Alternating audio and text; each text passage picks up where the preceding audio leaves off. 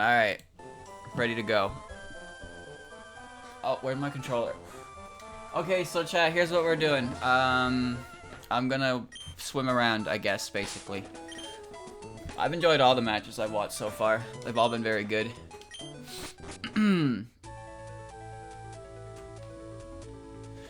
EOSD looks like hell to try and beat without getting hit. I knew that game had RNG to it, to its patterns, but I never realized how much. It seems like doing an LNN of that game is, well, it's already pretty fucking difficult to beat a total game without getting hit. But then, that game feels extra mean. Still, I enjoy watching them. I gotta do a 1cc lunatic of that game soon. That's gonna take some practice. It's gonna take a lot of practice, effort, and some good luck. And reminder, luck is a skill. Alright? There's nothing here. Why is there nothing here? What the fuck? Where's everything? Oh, Sharpedo. Cool. Players for tomorrow. We got Ghost, ELK, and Guru. Okay. Luck is a requirement. Yeah. Can't run. Oh, okay. Everybody has drowned. I'm in a creepypasta now. EOST is just pray to Remy. There's a rare candy on that rock directly below you. Why do you know that? There we go. I can't. It's paralyzed.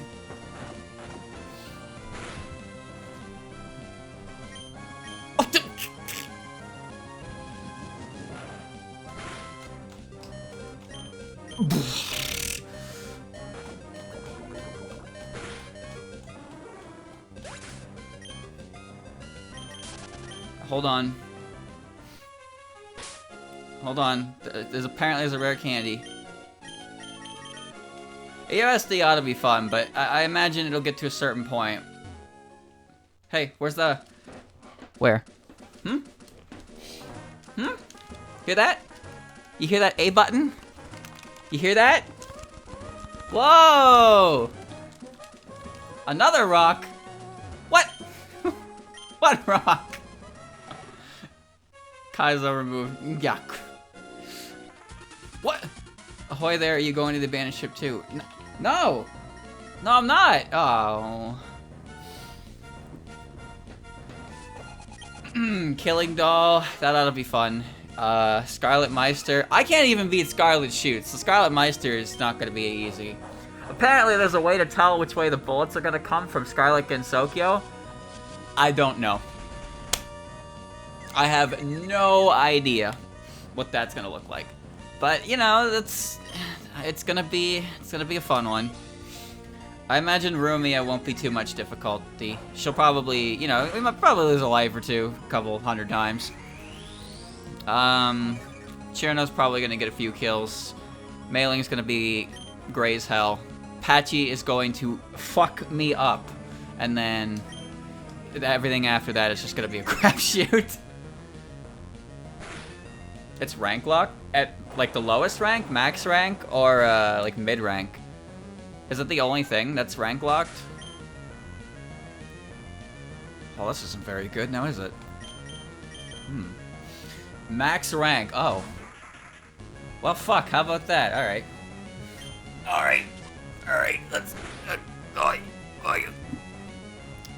Watch this. Magical leaf. Kill. Kill. Scarlett Gensokyo and Scarlett Meister rank locked. Well, at least it's consistent, I suppose. Oh, that didn't do enough damage. Oh, that's fine. I didn't see how many Pokemon this trainer has. Consistent isn't the word I'd use for those spells. So consistent isn't the word I'd use for that game. But, you know, at least it's consistent in its difficulty, right? We're looking for a map in that shipwreck. Then get the fuck out of the way and let me find it. Watch this. Oh. Oh my god.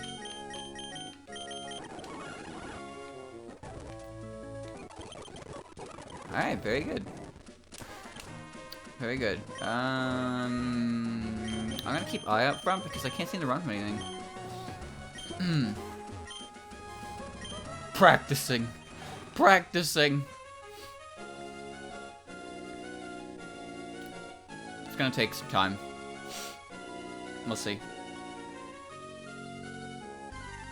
I can't wait to experience Killing Doll. That one looked, like, if people who are that good at the game have that much degree of difficulty dealing with certain spell cards, I can only fucking imagine how much fun I'm gonna have with it. Whoa! Whoa! I found a rare candy! And a rock! Wow! Didn't know that was there! No one knew that was there! Oh, I could do a double battle, but I could also not, so I won't. Killing Doll had like an 8-to-1 ratio, a 7-to-1 ratio. A 7-to-1 ratio on misses to clears. It was only cleared once, and every attempt that got to it. And like, those players are really fucking good. And that level of consistency is scary. I don't know what it just did to me. I'll use Crush Claw. If I get a crit, I win.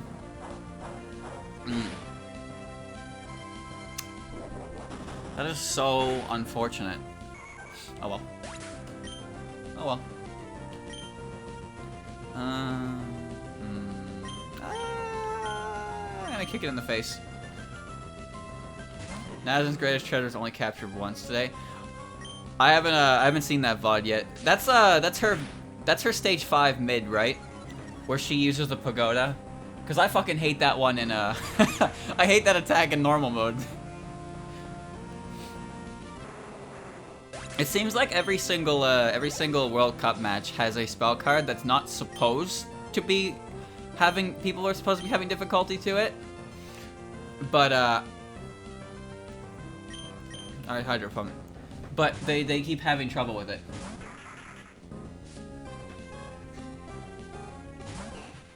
Nazareth was brutal and Byakuya took no prisoners. So I'm looking forward to watching that at least. Well, yeah, nerves are unavoidable. I guess unless you're Cao Min, in which case you just fucking channel that shit and you get your first LNN live. Like, okay. Like, the amount of pressure you just feel after a certain point has got to be insane. And if you're doing it live in front of that many people, it probably just gets worse. Some people play really well under pressure, though, and those people are very impressive.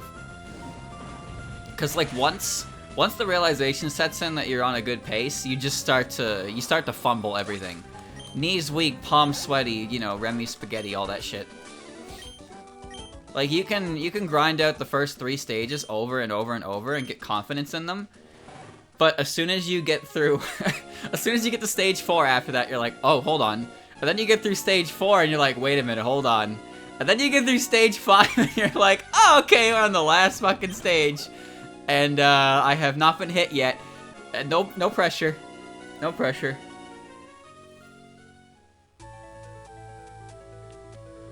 Last year, DDC's player got their controller 30 minutes before the match from... What the fuck? That's a hell of a time to break in a new controller. If there's anything I've learned from Smash Brothers, is when you break in a new controller, it never plays quite exactly the same as your old one.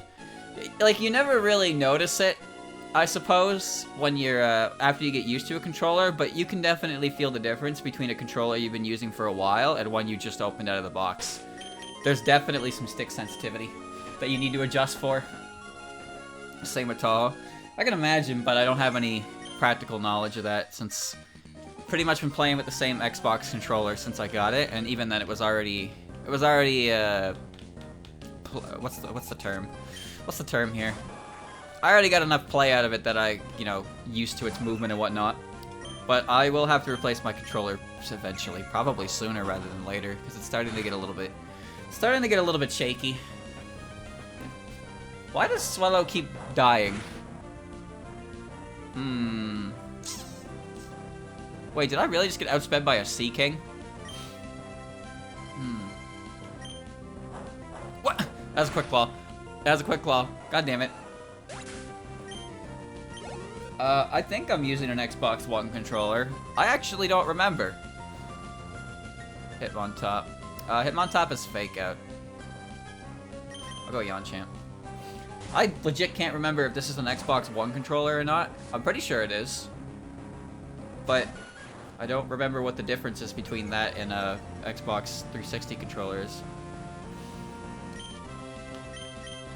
And, oh, detect, okay. It is? Okay. Yeah, I'm still using the one you bought me like 2 years ago for Christmas.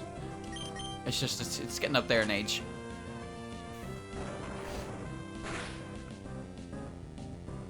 Surprised it still works as consistently as it does, though, that's pretty impressive. I can't use keyboard, and people who have seen me play with keyboard fully understand why that is. I can't use keyboard even if there's only 3 keys I have to hit. I don't remember how to press shift, I don't remember how to press X, and I don't remember how to press Z. Like, the only reason I can press Z consistently on a keyboard is because I never actually have to take my finger off of it. But I legit can't play on keyboard at all. I can only play on controller.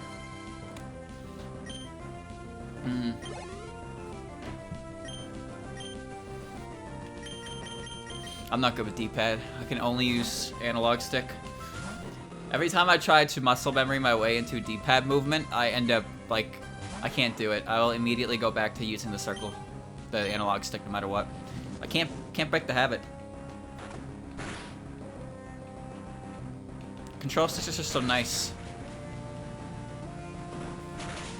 Eradicate is gone. Respect you can't handle a keyboard, but I can't handle a controller at all. Well, remember, I grew up with console games and stuff. I basically never actually played, keyboard controls.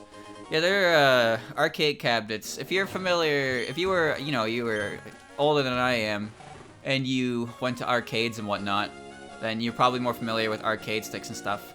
From what I understand, you can't really play shmups at an arcade center with a controller or keyboard, so you really gotta pick.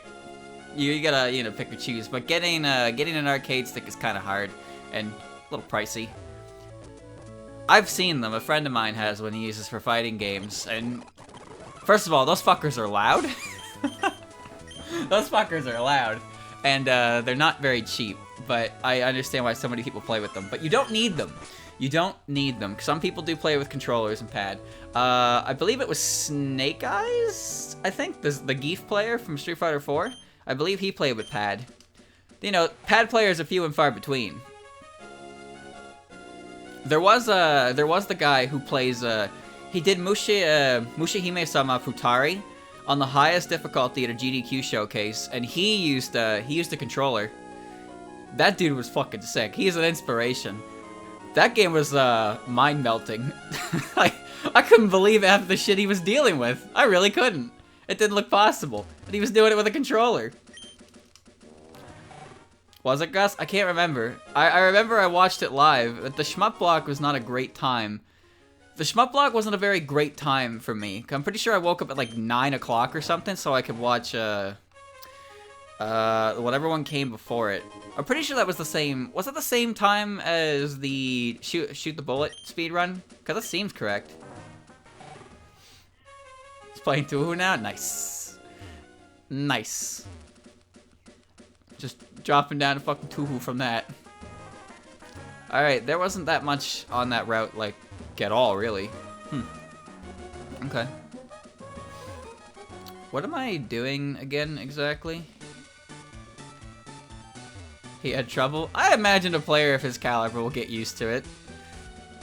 You don't just play fucking Mushihime-sama Futari at that level and not just get used to another shmup pretty quickly.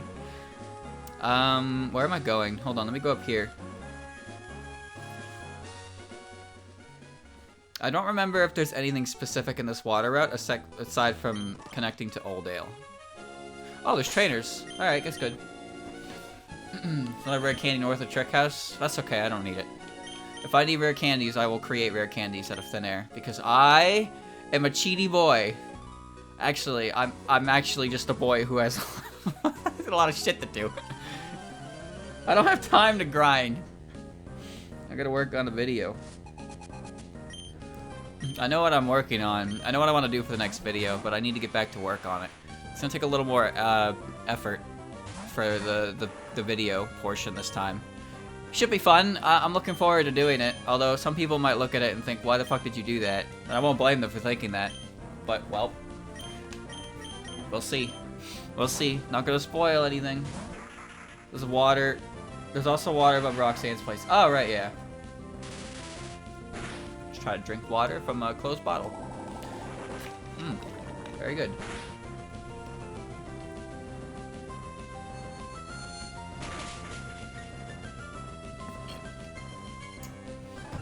I knew you could do Pokemon. Christian did that a lot. He duped like a fucking 100 hoes or some crazy shit like that. Why he did that, but he did. Thunderbolt? I'm fine.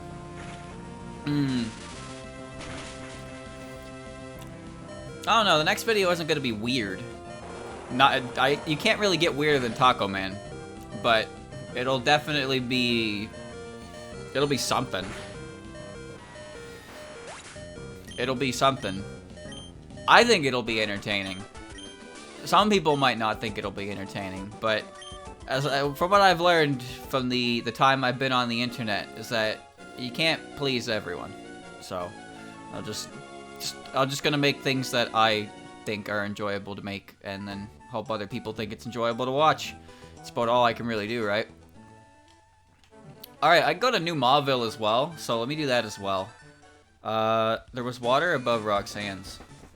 You cloned Pokemon, remember? I don't remember how you did it exactly, but I'm pretty sure it required the battle tower. Because we actually got, we got legitimate Ho-Ohs from Coliseum, and then you cloned a bunch of them. You completely ruined its fucking legitimacy. Welcome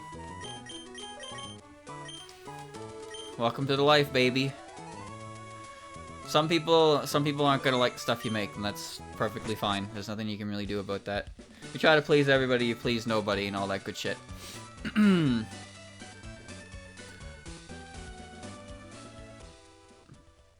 Alright, I need to go to... Hold on, I think I need to go to Watson first, and then he'll give me the key to New Mauville, and I can do that.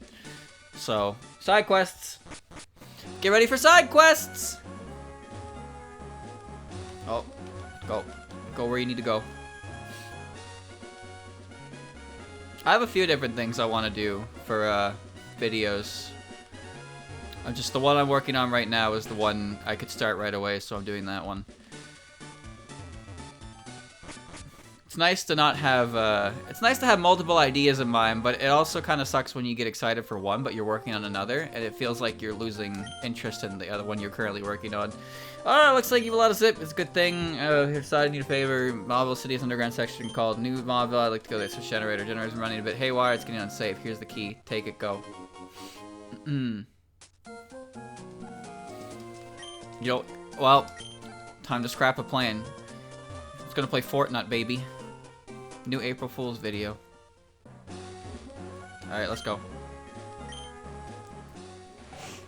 Open the tree. Open the tree. Mauville is here, yeah, in this random cave, well, tucked away over here. The door is locked. Then open it, idiot.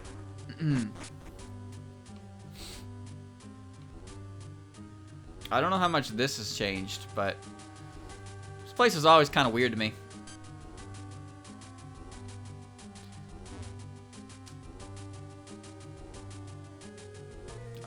Don't hit that button. Orb. Okay. I'm mostly in here because I know there's like I'm pretty sure Thunderbolt's in here. No, I'm not gonna get myself. Ultra Ball, okay. T-Bolt's at the end. Figured as much. Doesn't Watson give it to you? Oh, there's a Pogie. Okay. Torb. That's a level 43 Torb.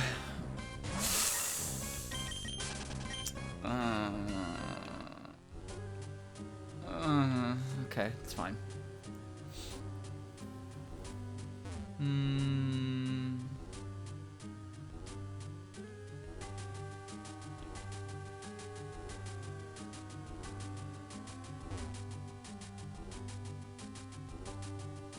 Nice. Wait. Not nice. Chat, why does Voltorb look like a Pokeball?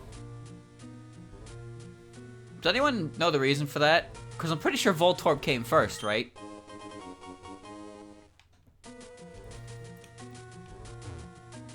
It's based on a mimic. Well, I guess that makes sense, but Voltorb existed before Pokeballs existed, right? Why is there a fucking Pikachu just hanging out? What? Okay. That's a big boy. Pikachu. Pika. Get off the fucking button, idiot. Whoa. That's a whole ass Manectric.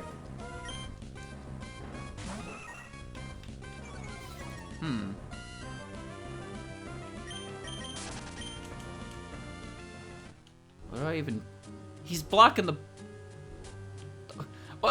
What? Voltorb was first discovered in a plant where Pokeballs are made. So, people like to say that Haunters are Voltorbs because they have a similar eyeball pattern. Oh, what are you doing in here? Whoa. Whoa, hey, whoa. How do I move Pikachu?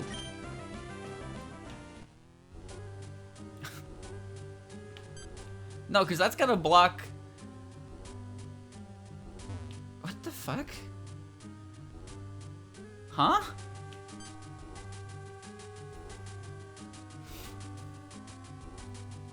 But there's no way to... There's no way through it. What are you doing in here? Oh, gross. They put it there to stop you from getting the Thunderbolt TM. So, I can't finish the side quest. Pikachu! Alright, well, I'm leaving then. Why did I come in here? Where's my escape ropes? Farewell. Well, that's, that wasn't very cool at all.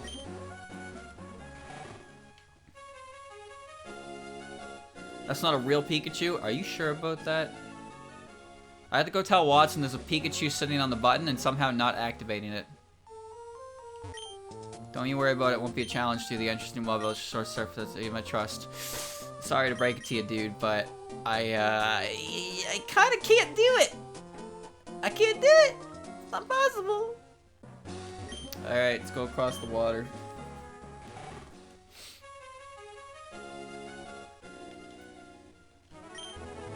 I found iron in a rock. Hold on.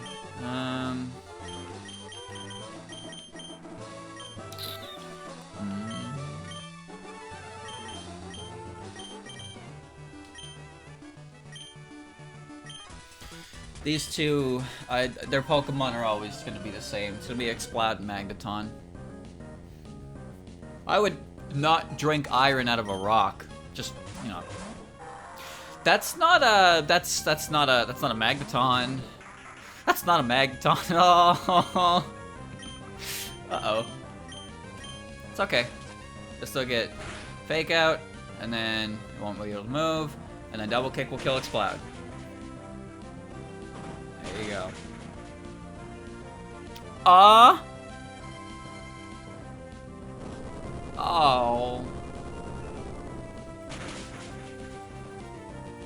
I didn't do that much, actually. Alright. It's okay, because I have priority for just such an occasion. And then Hydro Pump the, Wait, we're on the sand. I don't know if that's Rock Slide or not, though. You're dead. Goodbye. Nice.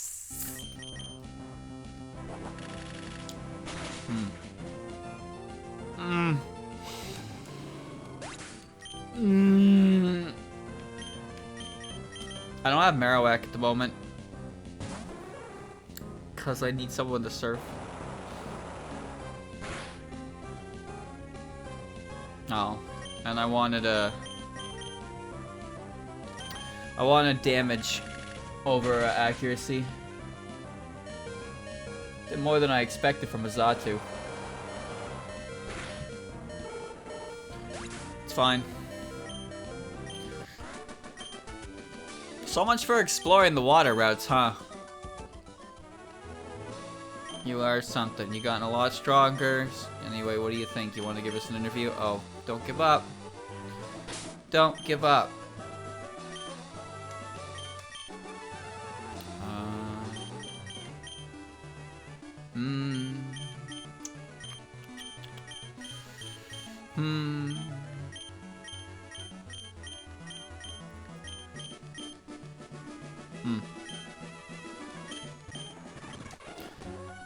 Let me go back to Mauville. Let me ditch some of this stuff.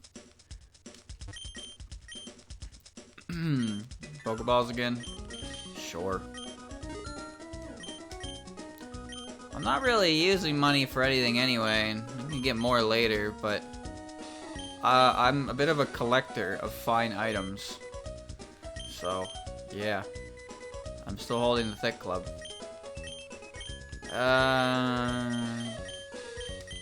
Star piece. Chat, does the Everstone have the same effect? Does the Everstone have the same effect in Gen 3 that it does in later gens? Because I know that at a certain point, Everstones became 50% chance to pass on natures, and then I think it was in Gen 6 they made it 100. Aside from being useless. Yes, I know, the Everstone was a fucking stupid item. Item just exists so a trainer can trade you their Haunter with it in Blackthorn. That trainer is a mean person. Here's a Haunter. It was holding an Everstone so it didn't evolve. Hee hee ha ha. Like, damn. The fuck? It was Snow Point? Oh, right, the Blackthorn trait is Rhydon for Dragonair, isn't it? What a bitch. I'll take the iron. I healed, right? Yes. I got. Wait, double Fisher? For fishermen, equipment is key, but for trainers, the key ingredients for Pokemon and blah, blah, blah. Blah. 12 Magikarps? They wouldn't do that. Okay, it's just a crab. Just a crab battle. No problem, no problem. Nice. So chat, I had more dreams that I wrote down. I got 2 in here. And one of them I had a couple days ago, and the other one I wrote down was one I just had while I was struggling to sleep earlier today, which I could not write that down. There were a little bit of parts omitted because my brain did not function properly. Alright, let me see. This dream memo is getting huge, so I get presents. I told you about the guy in sunglasses and the feet one. Chad, I told you about PCB on an air hockey table, right? That happened. Is this? Oh, okay. That's a lot of text. Holy shit. Okay, I got it. Hold on. Okay, here we go. Invited a friend over to a house that had a bathroom in the middle of it with 2 entrances/exits. End up introducing him to this extremely edgy dude. Can't remember what he was saying, but it was some kind of society bottom text kind of stuff. After he went on for almost a minute, my friend turned to me and said, "Oh yeah, I can see why you said I'd like this guy." Afterwards, we played Smash and it was Squad Strike randoms. Hold on. Cedra. I'll stay in. I got Mario, Peach, and Bowser Jr. He got Captain Falcon, and I don't remember the rest. Now remember that character. He is a recurring character. He tried to Falcon Punch me, and I became invincible on the frame before it made contact. Once I reached Bowser Jr., it was no longer a game, and I was in the river, and it then converted into an underground water slide that I remember being super fun. Okay. When I reached the end, I stayed underwater for a little bit, and when I emerged, I was in a bathtub, across from a new guy, inside of a salon of some sort. What the fuck is going on? We were practicing our comedy routine. I remember trying to flip my hair in a dramatic fashion when two models turned to us and talked to me with familiarity. Amazing. I'm a fisherman. Yes, you are. They asked if I was entering some model competition, and I said yeah. Someone was being trained for it, and when they finished, I was supposed to just take their place anyways. Suddenly, the conversation is happening on a bus, and I say goodbye and get off with a group of people. Corsola. Thunderbolt. It's dark, and someone in the group changes into pajama pants for comfort. We're having a good laugh, and suddenly we're being pursued by the authorities. I think it's because we look like kids breaking curfew because of the pajamas. Why is this thing alive? Enter a pharmacy to wait out the heat, and we just start looking for snacks and stuff. Found a Pringles can looking item that contained chocolate raisins and lemon cola. Can't decide what I really want and keep pacing between them. All the while people are making piss poor attempts at stealing, and the guy at the counter constantly saying, "Why would you touch this?" as if to get me to bite and take blame for something. He stops after about 6 or so attempts. I didn't see the Pokemon coming out. I hope it's good. Yeah, whatever. No, it has Lightning Rod. That's not good. Fuck. Glubbles, you're up. Where am I? He stops after about 6 or so attempts, and I think I decided to buy the raisin tub, but now the market is just a room, and the people I was with are now baking. I go around the room giving measuring cups full of flour and such to people when I reach the person who changed into their pajamas and caused us to be in the store. I looked up and turned around and saw the Asprey Flan emote and woke up. There you go. That's how the dream ended. I saw an emote, and that's when things... You know when you see something in your dream and you're like, wait a minute, that's incorrect. And then you wake up? Yeah. That was that.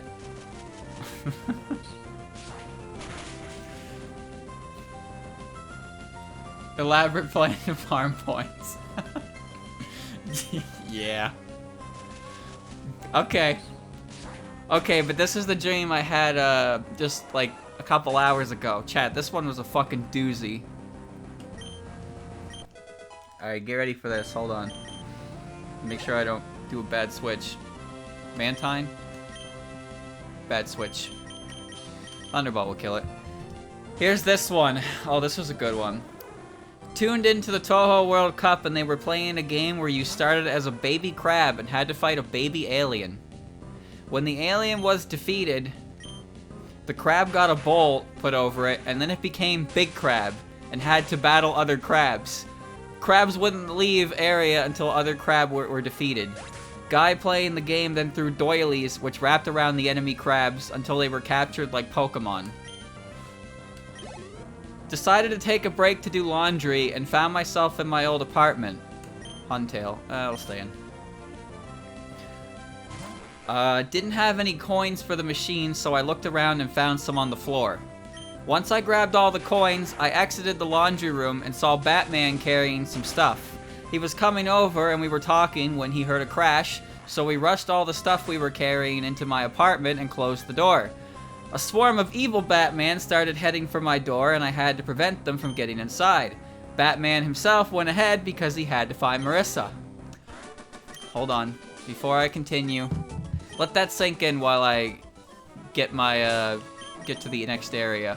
I'll leave it Yawn Champ. What the fuck are you doing here?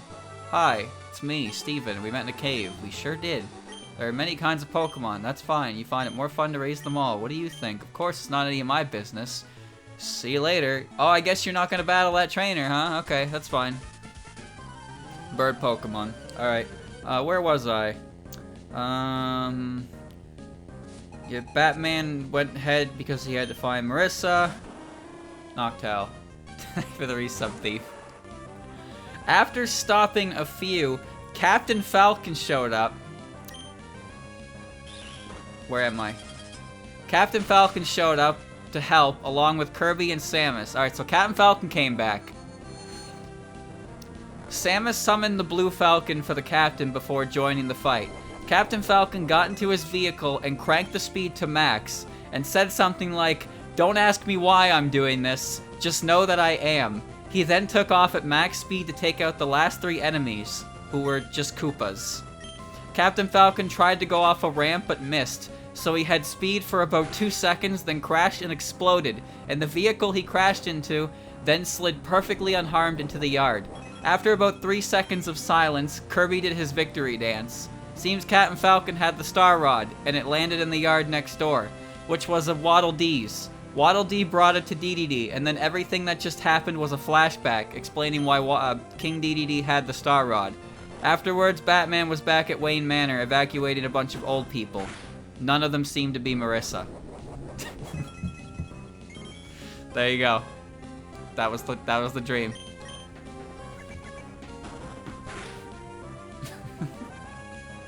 That was the dream.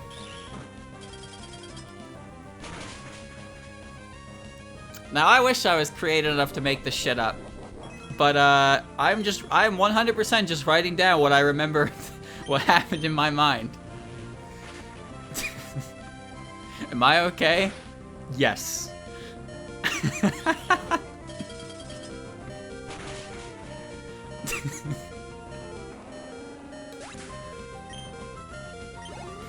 Will Captain Falcon return tonight? We'll see. I'm surprised he appeared 2 dreams in a row. This is the kind of entertaining shit that makes it fun to write these things down. But usually when I write them down and then I actually check at how much I've written down, it's a lot more than I expect. You can make a dream exploration game out of my fucking dreams, I swear. But they would make virtually no sense. Why is Captain Falcon in my dreams? I don't know. Why was Batman there? What the fuck was Batman doing in there? I haven't watched anything related to Batman in a long time. Why is it flying? God damn it. Very well. It missed? Wow, you suck. Oh, I suck too.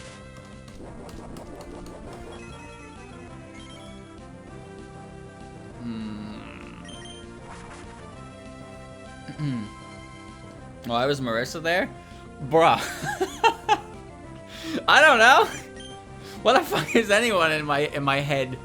Why do these characters just show up?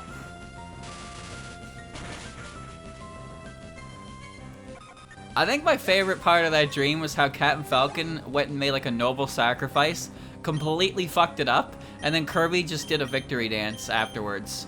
Like, how insensitive can you get, Kirby? She didn't get a job at IKEA? Oh, that was the lore, yeah.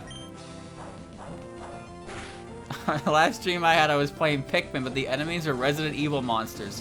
What the fuck? So you gotta write them down, and you have to write them down with as much detail as possible, because every little detail helps you remember more later on. Because sometimes you remember a certain detail of the dream. Oh, air slash. Holy shit, that's really good. 80 base damage, high crit ratio, 100 accuracy. Fuck yeah, I'll take that over Aerial Ace. That's stronger than Facade at neutral now. Nice. No, not... Oh god, I might actually lose this fight. Not the actual, you know, fucking Kirby having a ball. Alright, air slash. This can't miss, but it also can't flinch, which is probably for the best. Bulborbs and Hunters. Yeah, that's kind of fucking scary, don't you think? I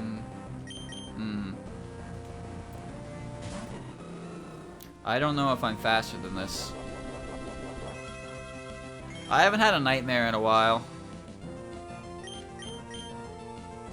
I am faster, nice. I haven't had a nightmare in a while. I would remember those whether or not I write them down anyway.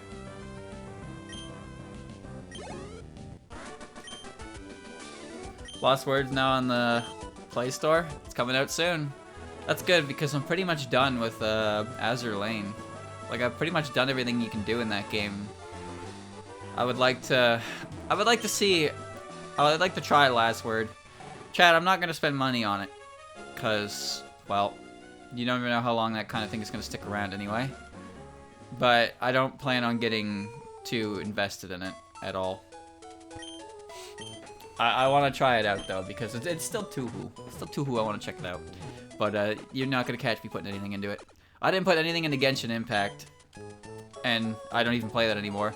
The last time I played Genshin Impact, I was like, I don't really know if I want to do this, and I tried to boot it up, and then I got for some reason my executable was just like, no, you can't, fuck off, and I was like, okay, I'll just guess I won't play it, and then I haven't played it since. I don't really care for it. My biggest issue with Genshin Impact is a similar issue I have with Breath of the Wild, and it's mostly just that I get bored really easily. Go, go, go! I get bored really easily from those kinds of games because I feel like once I examine it from a certain point of view, I can't see it as anything other than running around an empty world. And from what I understand, Breath of the Wild has some issues with that as well. There's a lot to do, so to speak, but side quests are basically fucking pointless in that game. And enemies, they decided that in order to make enemies more difficult to fight, they just made it so everything in the game had a ridiculous amount of HP, because fuck you. Like, oh, you want to fight the silver Bokoblin?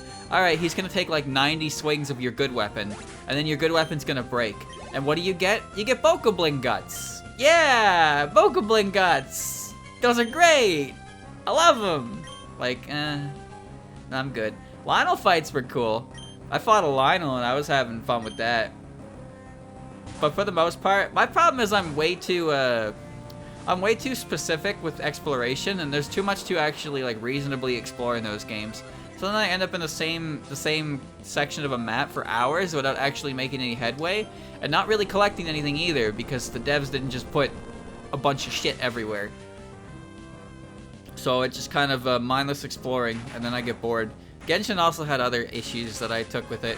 Specifically, I didn't like its method of gacha. Like, I understand it was, you don't have to spend money, you never have to spend money, but it was so greatly encouraged to spend money that it's like, it got on my nerves. Like, I would do a mission out in the wild, and it would be like, destroy these enemies in 10 seconds, and then I couldn't do it because my DPS wasn't high enough.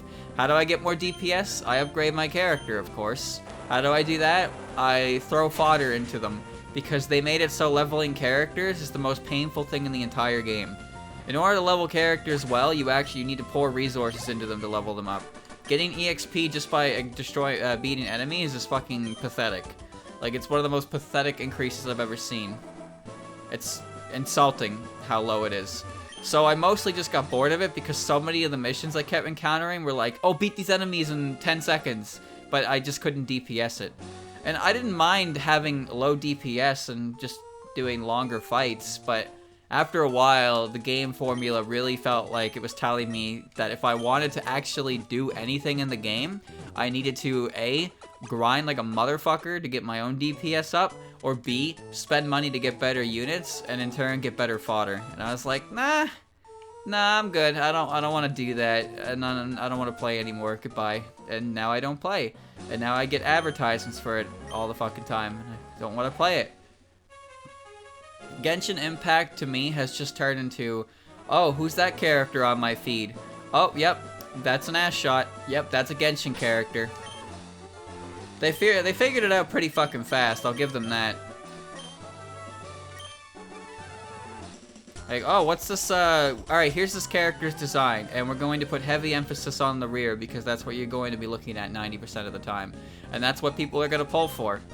Because you're all horny bastards. So all the male characters are exactly the same type of character, and then all the female characters are just like, yo, tights, baby. Love it. It's like, okay.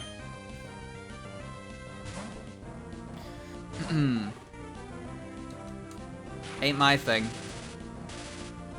And I say that as someone who plays Azur Lane. And if you know anything about Azur Lane, that game does not try to hide what it is, that's for sure. It really doesn't.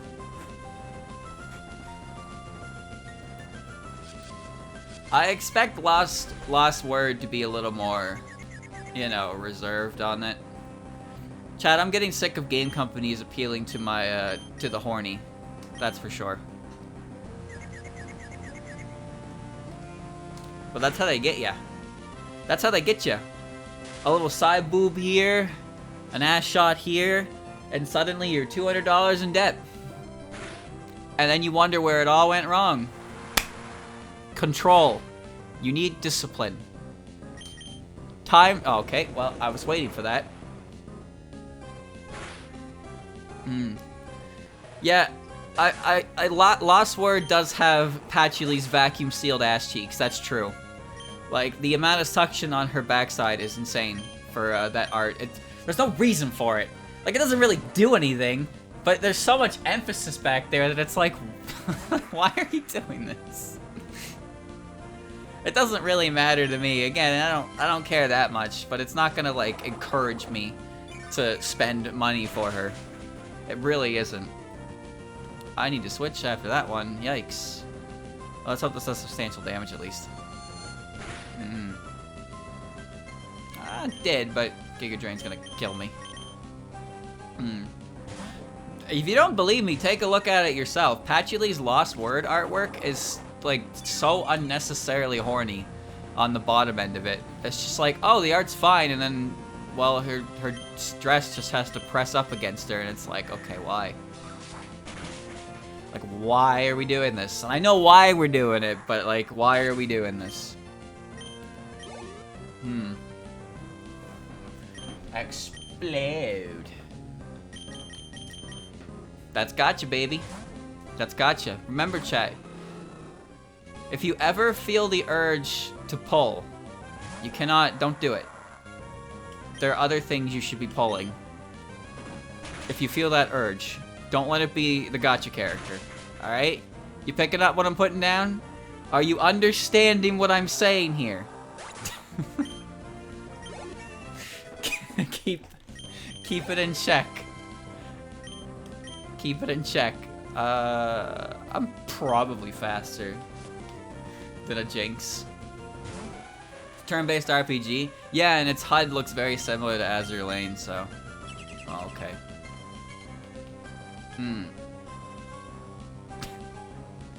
Watch your money. This is coming from someone who has spent money on gacha games. If there's anyone you can believe, it's the guy who has failed and learned from his mistakes. Trust me.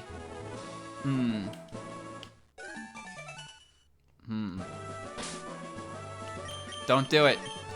Don't go in debt to max out your favorite character.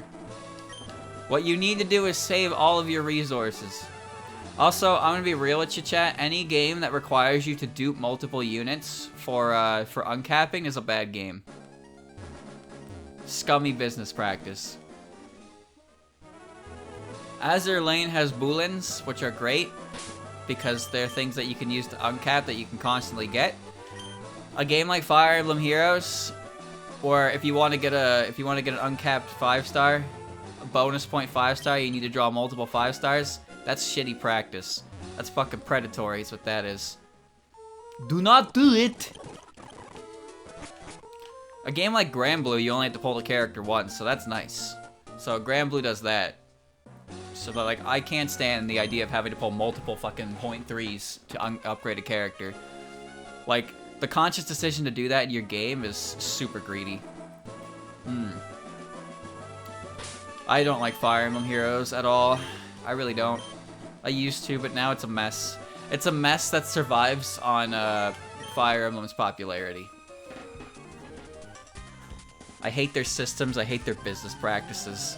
And I hate that whenever revenue is down, they pop in a new fucking seasonal of a popular character and they give it ridiculous shit.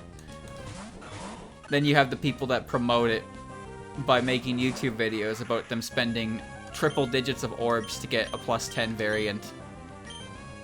And it's like, please don't. Please don't do that. I did not have any interest in Dragalia at all. Granblue is not a very generous gacha, but it's very generous with the stuff it gives you.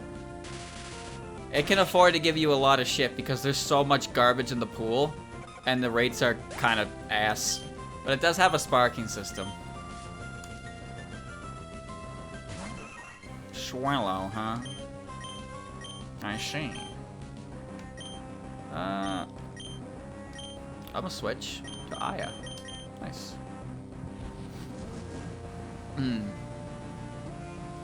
Uh-oh, Breloom is going to hit me. Someone's getting focus punched. I hope it's not me. I got a quick claw there, so Swallow dies. Very good.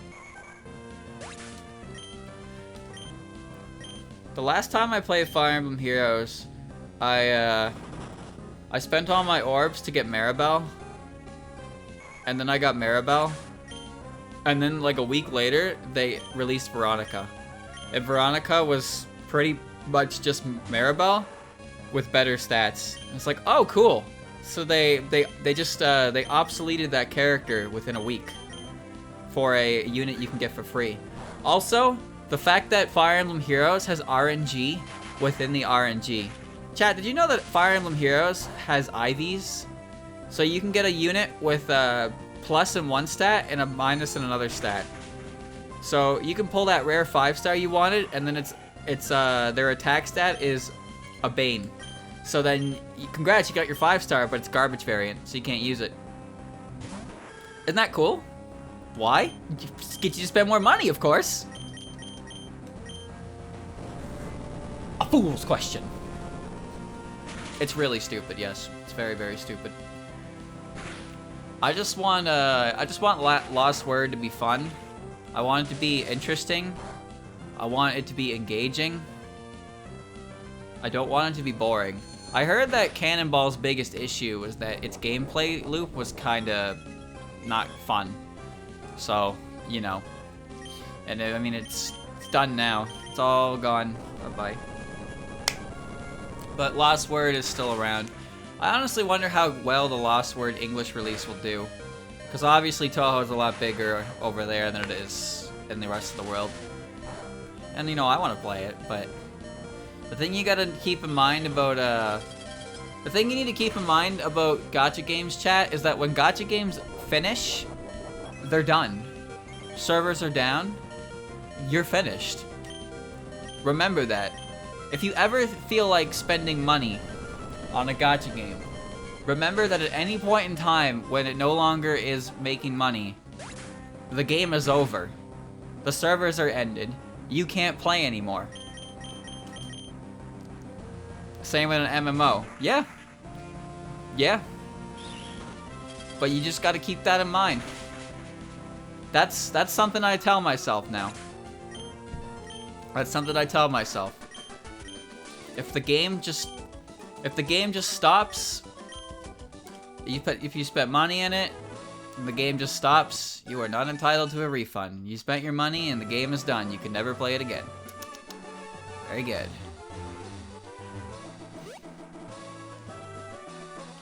You gotta weigh if it's important enough for you. And trust me, chat, there's gonna be some serious urge resisting on my part if they start releasing characters that I like. Cause I mean, come on, I'm a fucking sucker for this kind of shit. Madoka Magica Gacha. I seem to recall something about that one. Where it came out, it was like handled kind of piss poorly, and then a year later they were like, oh, it's over now, bye. Like, oh, okay. A friend of mine used to play the Tales gacha game, Tales of Lynx or something. That game shut down. But I remember when it was still active, he told me about this event they launched where they ended up creating a character that was like insanely meta. So the idea of that game is you're supposed to get dupe units to uncap, but the unit they made specifically was so goddamn good that you didn't actually want to do that, and instead you wanted multiple copies of this one character. And because it was a Barbados, yes, that's correct. Because it was an event character, like, you had a limited time to do it, right? So the only way you could run meta is if you were around during that event, because they never reran the event, because the character was so fucking brain dead broken that you gotta, like, you know, I don't even really know what they did specifically, but I know they abused the shit out of the game mechanics, and it's like, they really couldn't do anything to fix it.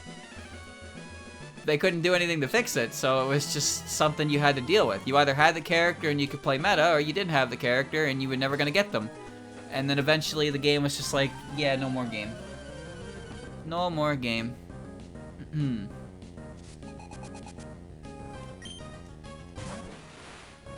Oh, cool.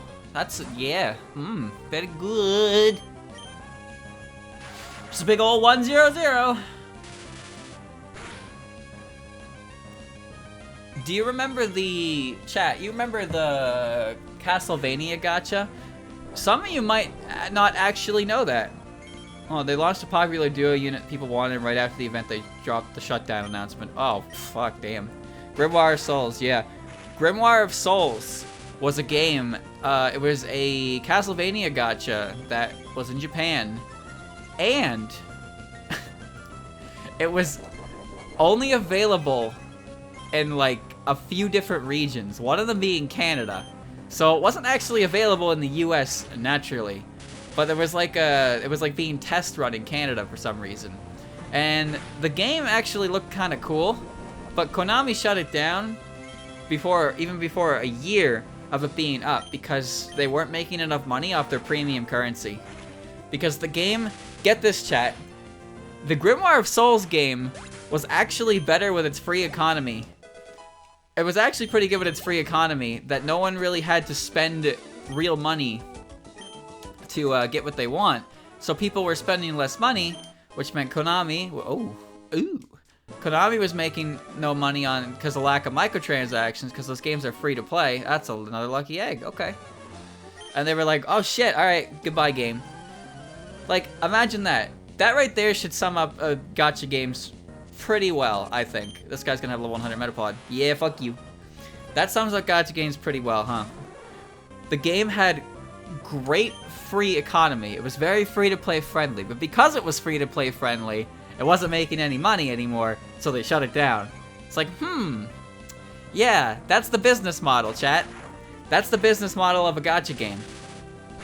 Where no matter how much they try to be free-to-play friendly, they still have to cater to microtransactions to actually make a profit. Besides, you know how it works. There's always like one or two...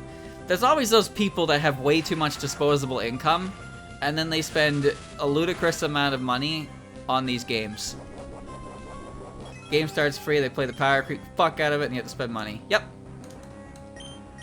I'm not gonna lie, chat. When people post screenshots of how much money they spent in a gacha game, I just kind of feel sad. I had a friend share his, like, I had a friend who had a friend who would share, like, he would share his information to his friend. Because his friend was a whale, and he'd be like, my friend just spent, like, this amount of money, and he has, like, this. And it's like, I don't feel jealous or anger or anything. I just see it and I'm like, I don't really want to look at this. It's like, whoa, check how much money this guy threw at the game. And it's like, it's kind of awkward to look at, I suppose. I mean, you're free to do whatever you want with your own money. It's your money. But like, the amount being dropped on these things is kind of uncomfortable to look at sometimes. I remember it specifically because it was for Granblue, and they had like a grid full of a bunch of weapons that you can only get from gacha. and then they showed off their resources. The resources being items you get by actually playing the game. And they had a full-ass fucking grid of, like, maxed out items and stuff. And then they had, like, none of the actual items that come from playing the game. And it's like, why are you doing that, though? What's the point of spending that much money to get to the end game if you're not gonna, like, play the end game, right? I don't get it. Why spend $1,000 to jump to the end of the game to not play it? Aren't you playing the game to enjoy the ride? I don't understand.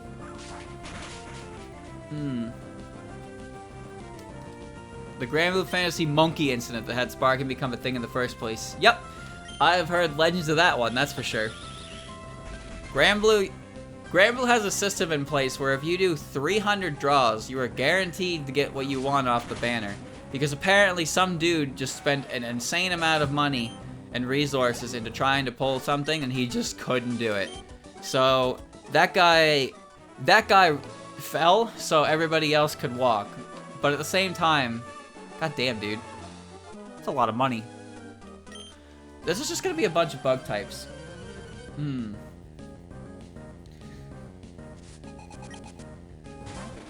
Pokemon Masters is gross. Yep, I hate Pokemon Masters. I don't even think it's very fun. And they just keep doing the same thing Fire Emblem Heroes does. Where they keep releasing new characters, and they make them 5-star only. And then the rates are terrible. It's fun. You can do a 10 pull in Pokemon Masters, and it's no different from doing 10 individual singles pulls. There is zero incentive to do a 10 pull at all. Like, why? Pokemon... Oh, what the fuck? It does flinch. No, I'm holding the King's Rock. Right. Pokemon Masters has no incentive to do that, like, at all. It's just kind of a dickbag game. I'm saddened by this talk. Yeah. Yeah. The long and short of it, chat, is basically play your games if you like them. Please be mindful of how much you spend on them. Don't go overboard. And don't fall for scummy business practices. There are so many fucking lucky eggs. Masters had a great concept. Masters had a great animated trailer. And then the gameplay wasn't very fun. And then the gacha system was fucking garbage. So, yeah. Cock! Una. Only gacha I play is Azure Lane. And again, I don't spend anything on it anymore. The only real stuff you can get from spending money anyway is cosmetics, which is perfectly fine. I think Azure Lane does a good job with that because it's all purely cosmetic. You get a lot of resources for pulls, and then if you want like bonus costumes, you need to use the cosmetic stuff. You don't like buy your way into better characters kind of deal. So they make a lot of money because, well, Azure Lane is very horny, and then the outfits are also very horny. So then they get people, they still appeal to people's, horniness, but they also like do it in a way that isn't like fucking self-destructive, I suppose. Every gacha game is super grindy. It's how they keep you. They're grindy, they have auto buttons, and all that good shit. This area kinda sucks.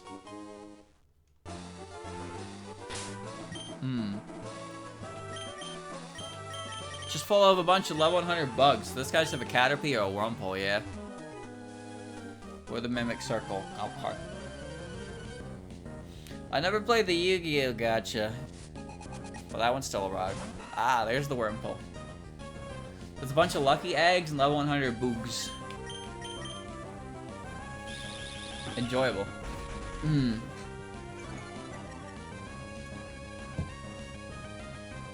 Microtransactions are the future. The future of video games, chat, is microtransactions, mobile games, and pre-alpha releases. Because you no longer have to release a video game complete. You can release it in its earliest stage, and then update it as it goes. Hello, neighbor.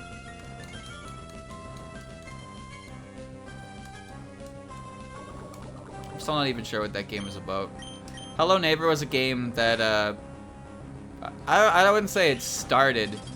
I wouldn't say Hello Neighbor started with the whole trend, but Hello Neighbor is a game I remember coming out in like different builds really early on, and it just kept coming up more and more. It got like more anticipation for it, and it kept building and building and building. And then it finally delivered the full game. It was like $33, and then I never saw anyone really do anything with it. So I genuinely have no idea what's going on with that game. I thought I knew what you were supposed to do, but once the full game hit, it was $33 fucking, and then I don't know what happened after that.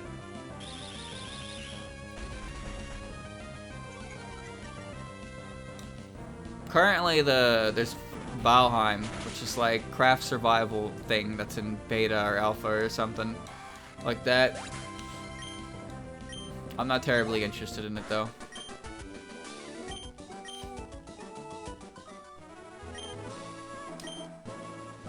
I like I didn't find the Caterpie guy. Where is he? Where's the Caterpie guy? Is it you? No. Is it you? No. Is this a rest house? I hope so. Or maybe it's a Wingle house. I heard about a cave called the Cave of Origin. People remember the spirits Pokemon revive. It could sound like that really happened. Why do you have a house full of Wingle?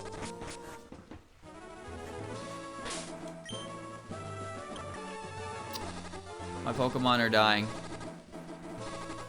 Hold on, I'm returning back to the Pokemon Center before I die. Hurry up. I like, the method of release that I like is, there's early access. I don't think there's anything wrong with early access stuff. I think the way that Genso Night Festival is handling it, and the way Luna Nights handled it is perfectly fine. And just a refresher for that, what that was they would release each update with like a new level, and they would collect user feedback on things. And it obviously worked out, because when I finally played Luna Nights, it was when it was completed, and there were virtually like no issues with its gameplay like at all. Because I feel like with each subsequent release, any bugs that came up could be addressed. Any like features that were either not good enough or like really stupid or something like that could be addressed. Like that game felt really good. There was virtually no issues I had with it at all. Didn't feel like there were any oversights in it, because I felt like they could iron everything out each time they released a new level. And I think Genso Night Festival is doing the same thing. So they're releasing each, oh god, they're releasing each level, and then, okay, that's big. What are you doing here? Big gator man. Bye-bye. Spoke to me, so you want to challenge me. Oh, I should have done that. Luna Nights is a fantastic game. I haven't played any of Genso Night Festival, but Stage 3 is in the works. Oh my god. It just doesn't end. Dude, it's faster than me. It's a fucking Magikarp.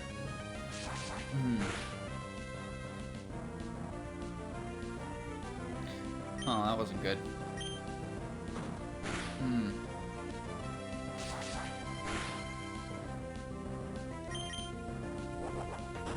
It's nice to see that level of fixing into it, because you know you can release full games and patches afterwards, but I think the way Luna Nights did it is really good, a really good model to follow.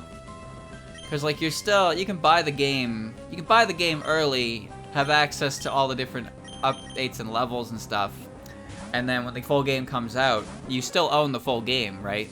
So you can buy it early, be a beta tester of sorts, and then have the full game when it's good. And Luna Nights showed that that model works pretty fucking well.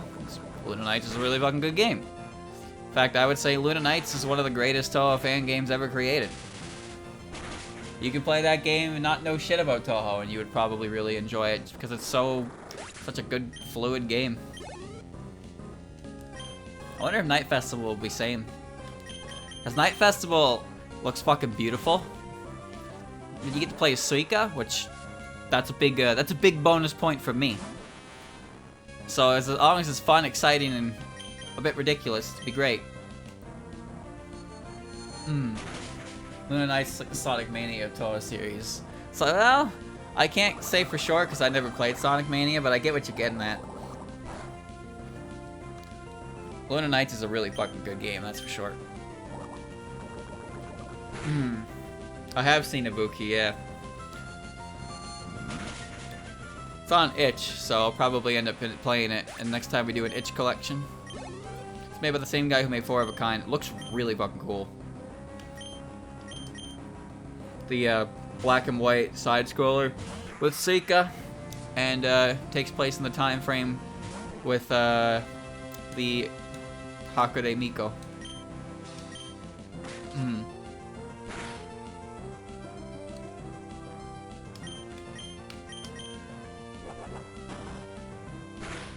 Oh, flail. Feedbash. There's no way to evolve this fucker. That didn't do any damage.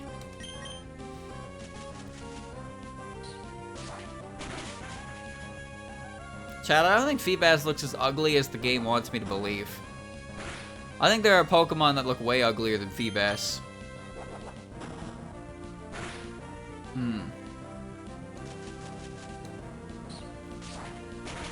I will play Luna Knights again. Next time I play Luna Knights, it'll be a no. I'm gonna try a no time stop snail time boss run. It's gonna be hard as fuck, but I'll give it a shot. What's the point of this area over here? I will do a video on it eventually as well. Oh, I need Acrobike. Cool. Let me go get the Acrobike, I suppose. Looks like a diseased Magikarp. Yeah, a bit, but I don't know. I don't think it looks that ugly. I understand the idea of it is that it's supposed to be ugly, so then when Milotic happens, it's like beautiful. But I don't think Feebas looks that disgusting. If anything, I think other Pokemon look nastier.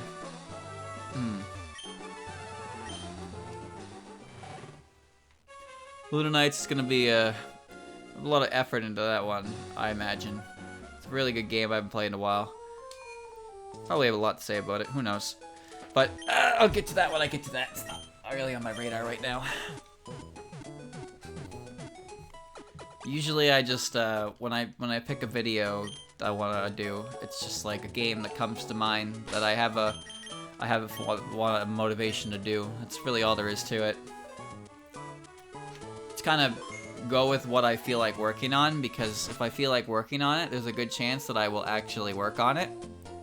Whereas if it's like, I'll do this because I feel like I should, and I won't really want to work on it. I just need to be in the mood to want to do certain games. That's why the game structure is so random, right? So the first game I did, obviously, was Toavania 1, because, well, that's like my favorite fucking game. So, I love that one. Then after that, I did, shit, what came next? Actually, Rock Maiden came next, actually. Then Super Marissa World. But then, the next one I actually released was Third Eye for Halloween. Oh, I need the Acrobike to move on. Okay. So I will actually go and get that. So I did Third Eye. I like Third Eye a lot. Playing through Third Eye again as well for like footage, I was like, shit, I really like this game. Well, less so I like the game, more like I like the story. The story of Third Eye is really cool. I think there are a lot of issues that game has because it's a game. And the fact that I'm pretty sure a majority of the text is machine translated, so it gets a bit lost in translation. That game would be so much better if there were just a couple little fixes in place to make it a little more immersive. And you know, I hate to use that term, immersive video game immersion and all that shit. But like, there are a lot of things that happen in Third Eye that I feel like kind of take you out of the whole experience.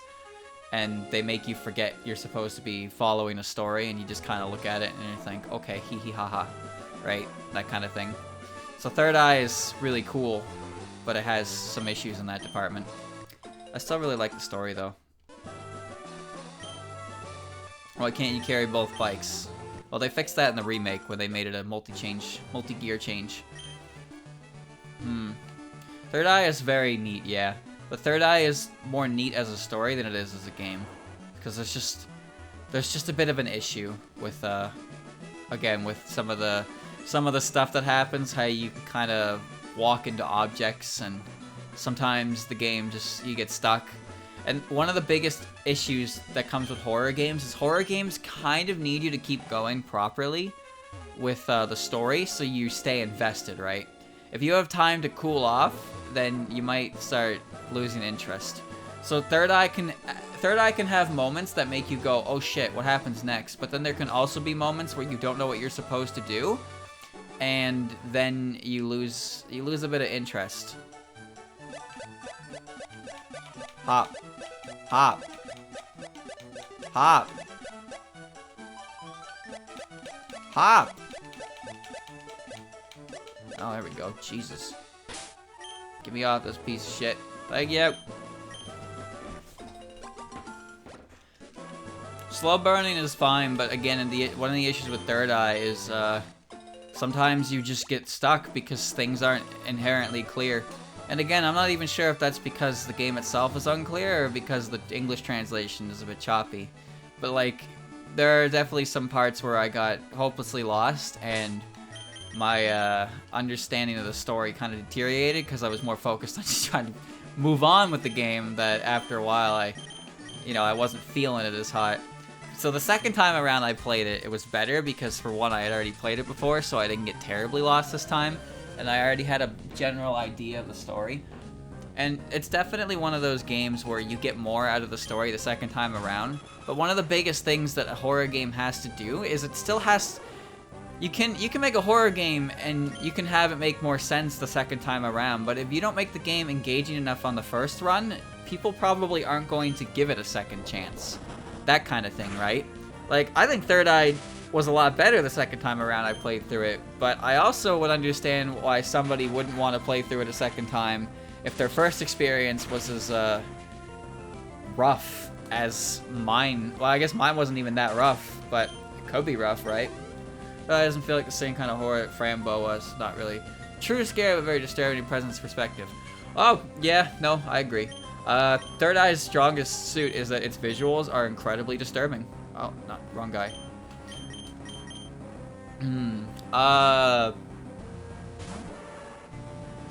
The guy who did the illustrations, Koto Inari, his style is very fucking unique. A lot of his art is very freaky and off-putting, but also very fascinating and, like, neat to look at. He has a very, very distinct art style, and I think it really, really does help sell the game with its, weird direction.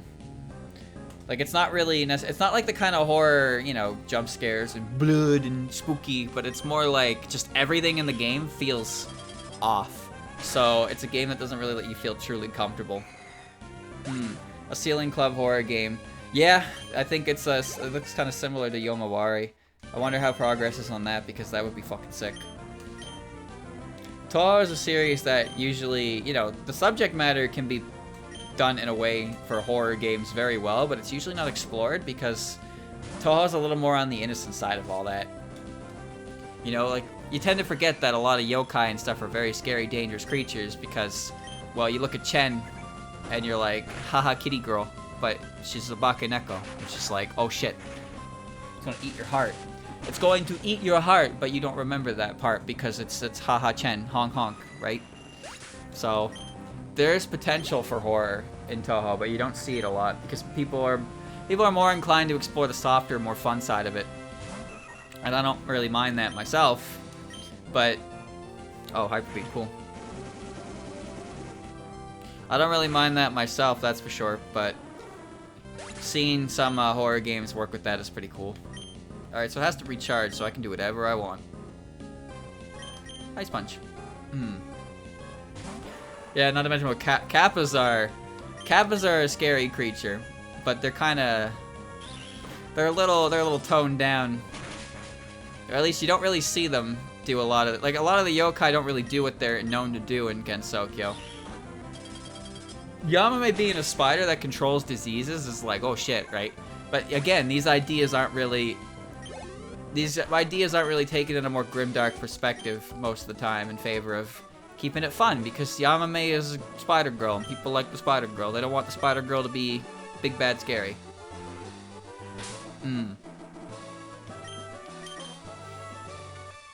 I don't like scary art. I say that, but then there's some art that I see that is like very fascinating. Like, chat, I can't handle spooky art, but then sometimes, like Koto Inari, for example, the guy I was talking about earlier who did the art for all of Third Eye. His art style is very unnerving, but I can't help but be extremely fascinated by it. When I look at his art style, it makes me feel a little like uncomfortable, but not enough to turn me away from it, but like enough to make me morbidly curious to see more, that kind of thingy. So stuff like that is unbelievably fascinating to me. But then sometimes the art is too scary and I can't look at it. Because I am a little bitch boy. Sometimes freaky art is just fucking fascinating. That's for sure.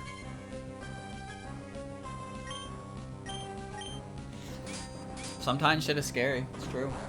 It's true though.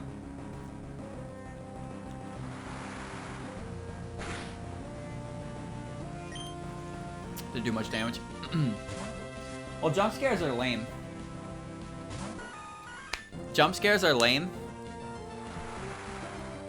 And most common horror, like mainstream horror, is basically a matter of weird they use gunk shot, not like a grass move, but I guess it's grass move soak. Mainstream horror is a lot of jump scares and like audio scares. The worst horror game I ever played? It's a good question. Because I actually don't play a lot of horror games. I don't like jump scares. Bagon needs levels, and that's basically going to be rare candies when I feel like it. So, I'm not gonna do that right now. I'll get a summons later, though. As far as horror games go...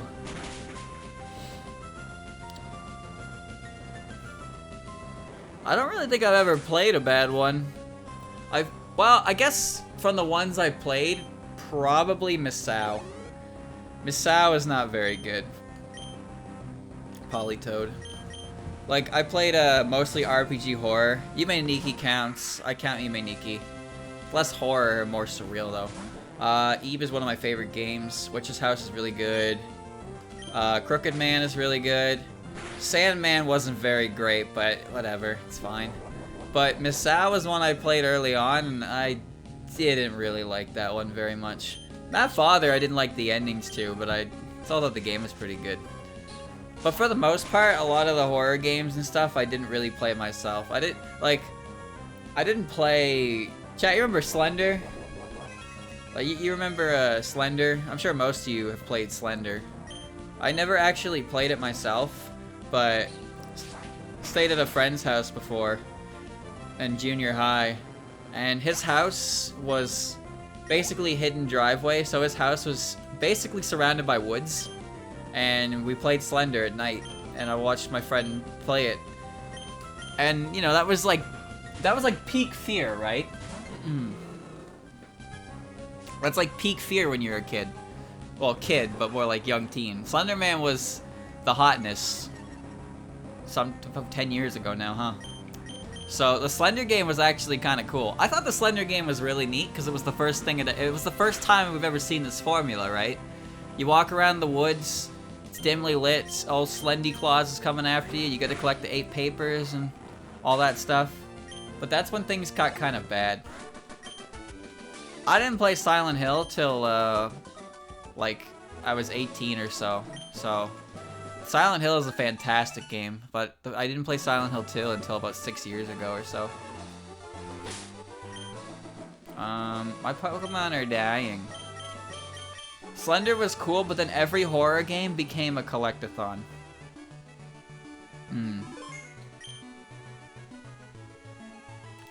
feel like there's something that's supposed to happen on this bridge.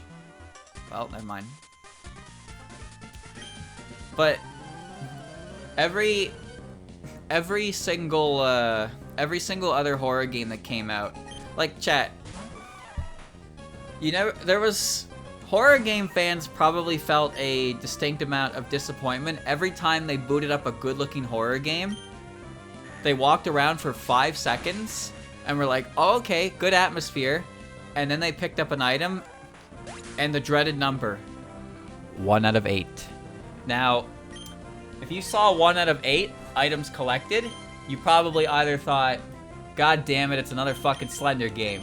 Or you thought, oh, fuck yeah, it's another Slender type of game.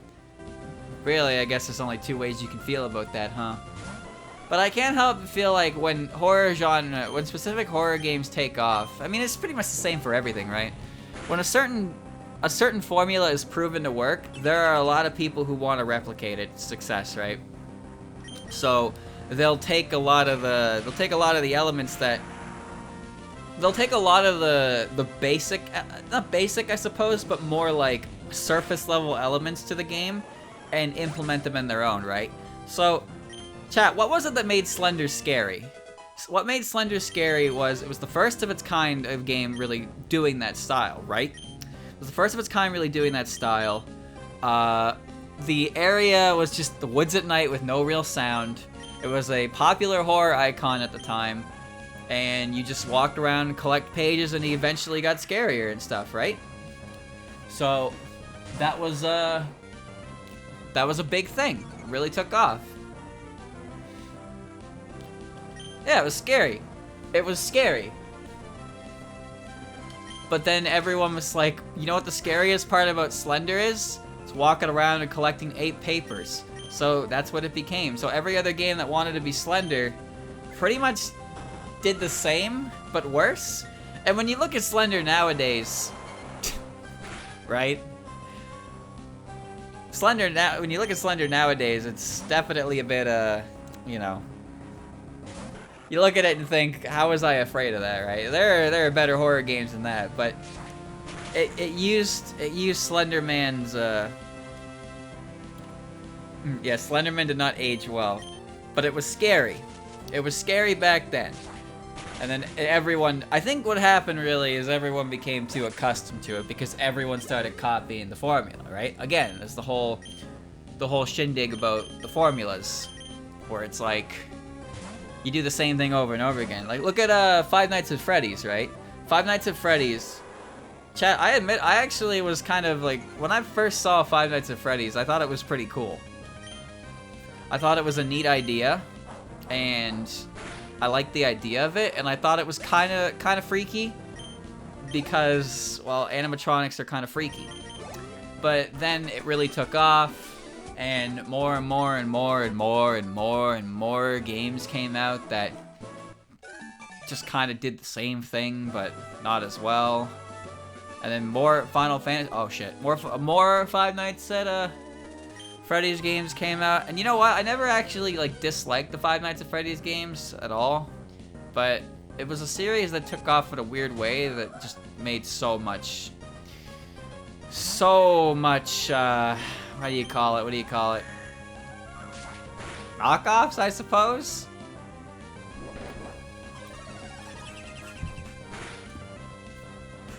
It's weird. Chad, do you remember Petscop? Petscop was kind of cool. The weird cursed PS1 game. Shoulda woulda. Go Rockman. Petscop was a cool ARG, yeah. Success breeds imitation. Yeah, it's exactly it, though. It's exactly it.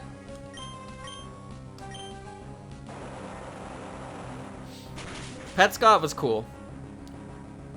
Usually, like, sometimes these things aren't even as it's one of those things where sometimes there's those things that they don't even need to be super unique, but just done well, right? Look at it like, I'm pretty sure Petscop is over, I think.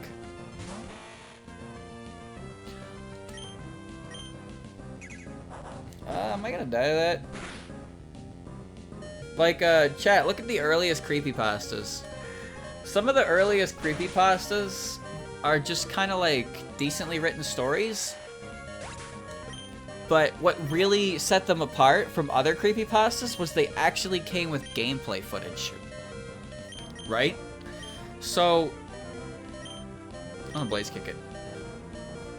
Like, Ben Drowned. Ben Drowned is a story about a haunted Majora's Mask cartridge, right?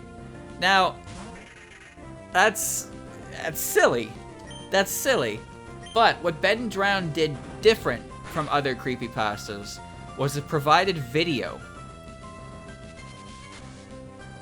It provided, like, legitimate video of the events being talked about. And, you know, we live in an age where we see that now and we're like, okay, whatever, right? But at the time, that was a big deal. That was like the first time that really ever happened. So people were seeing these things being explained in written text and then actually seeing gameplay footage to supplement it, and it's like, oh shit, that adds an extra layer of it, right? When you actually put that amount of effort into it, it sticks. There are people, before people knew what the fucking emulator was. It's true. Like, look at Godzilla, too. One of the most well-known creepypastas, video game creepypastas, is probably Godzilla for the SNES. How do I do the thing? Jesus, I can't do that correctly. Godzilla for the Super Nintendo, not a bad story. Has visuals to back it up. Has a legitimately horrifying monster that keeps appearing. But then the end of the story is cheesy as fuck. I'm sorry.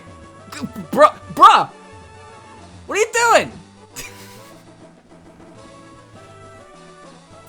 Alright. That happened. The Godzilla SNES was really cool, and then it really turned into some kind of melodrama, huh? It turned into a melodrama, and it kind of lost it a bit at the end, but the rest of the story was really cool.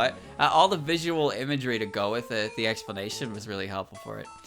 Sonic.exe was also one, because Sonic.exe is pretty dumb in hindsight. We know that now, of course, but at the time it had gameplay, right? There was an actual Sonic.exe game you could play to go along with it. So a lot of these like titans, I say titans, but a lot of these like really big, well-known creepypasta stories back in the day were usually as big as they were because, well, one, their writing wasn't fucking like meme tier garbage. Well, I guess Sonic.exe.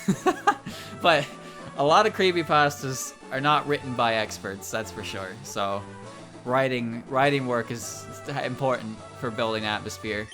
And then actually having more than just written word, like word of mouth, basically. Having images and capture and all that kind of thing added to its credibility. Even if it, like, you know, it still felt fucking impossible. Like, you know, when we think of stuff like this, we don't really think of it as being possible, right? But there are times where we see stories like this and we kind of want to have that suspension of disbelief where we kind of want to believe that it's real because it'd be kind of cool if it was real. And if we think it's real, then it makes the story a little more engaging, and then you start to really, like, you know, you get a feel for it. So you have this moment of, this is probably bullshit, but you want to turn off the big thing for now and just kind of enjoy the story kind of deal, and that's how these things get popular. Nothing wrong with that. Well, of course, this is what we're doing. The game definitely came out after the story, but I'm pretty sure by the time anyone really knew about Sonic.exe, it was because horror Let's Players had played the EXE game, right? Usually that's what ends up happening, is horror-based things immediately get mainstream popularity because horror Let's Players were one of the biggest mainstream you could get, right? PewDiePie was one of the biggest, like, people, like, just in general, and if he played horror games, right? So, if you made a horror game and he played it, well, your horror game has just been seen by millions of children, right? So there you go. That's a victory. What do I want to do here? Scramble and Firo. I'm just gonna beat up Firo. Why not? Any good horror story starts to the point. The player absolutely wants to know what's going on in the story until the bitter end, just ending on a note so sour story-wise. Not bad, just that a player would never be able to accept fully mentally. MB, yeah, mainly as hero still plays the horror games, but like, let's be real. PewDiePie was fucking massive, man. Like, that dude could play anything. Like, anything, and it would get a ridiculous amount of views. So, you know, if you wanted to make a game and you wanted people to see it, you picked horror as a genre, right? You picked horror as a genre. It was never really about the quality of the game as a thing, because if you look at most horror games, they're usually just like 5-minute demos that don't actually go anywhere. And then they're like, support full game, coming when you tell me my game good. So a lot of those games never really take off. Stuff like, and whatnot. I think the last like completed horror game I can really think of was, what's it called? Outlast, I suppose? But I heard Outlast was great. And Outlast 2 was kind of not great. I think they're working on a 3.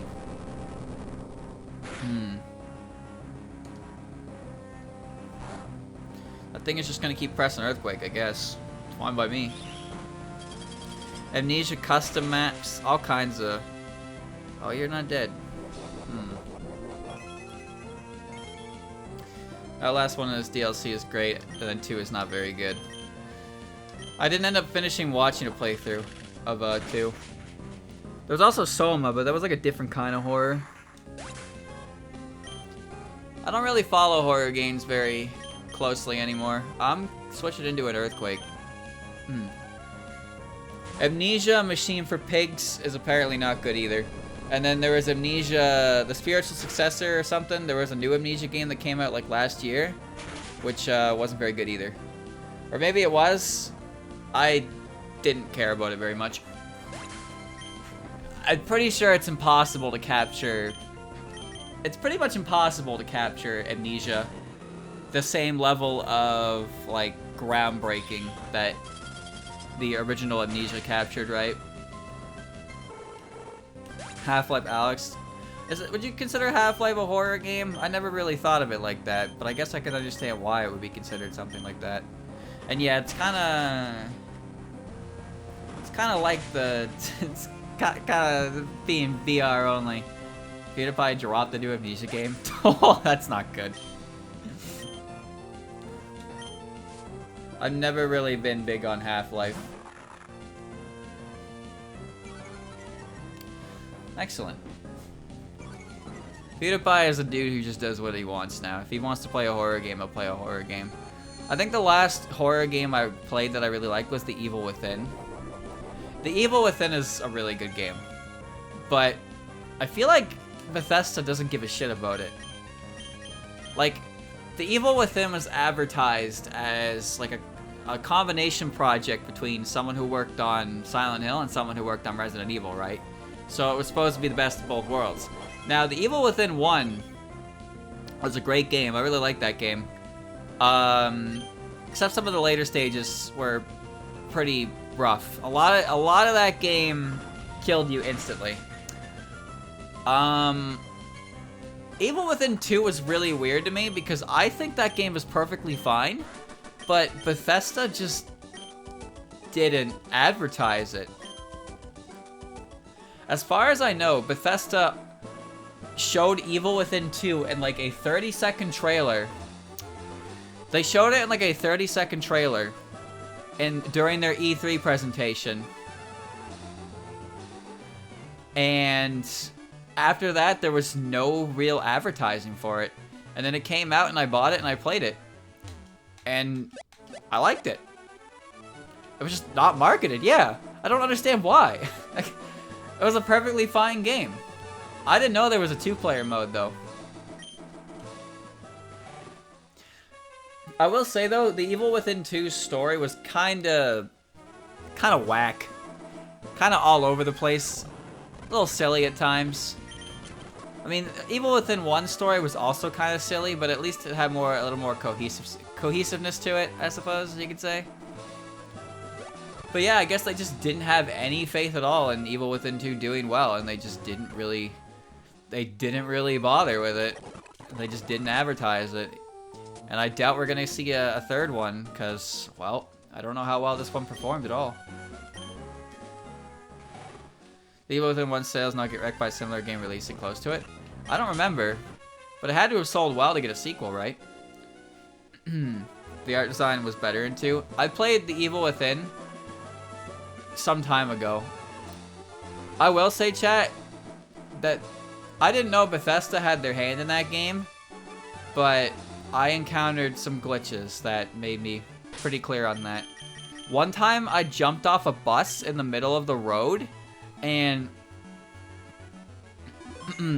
Sebastian jumped over the bus, skipped the entirety of the road, and then jumped over the fence at the end of the road. So he basically jumped 4 bus lengths forward, and I was like, what the fuck? So that happened to me, and I was like, oh, yeah, that's Bethesda, alright.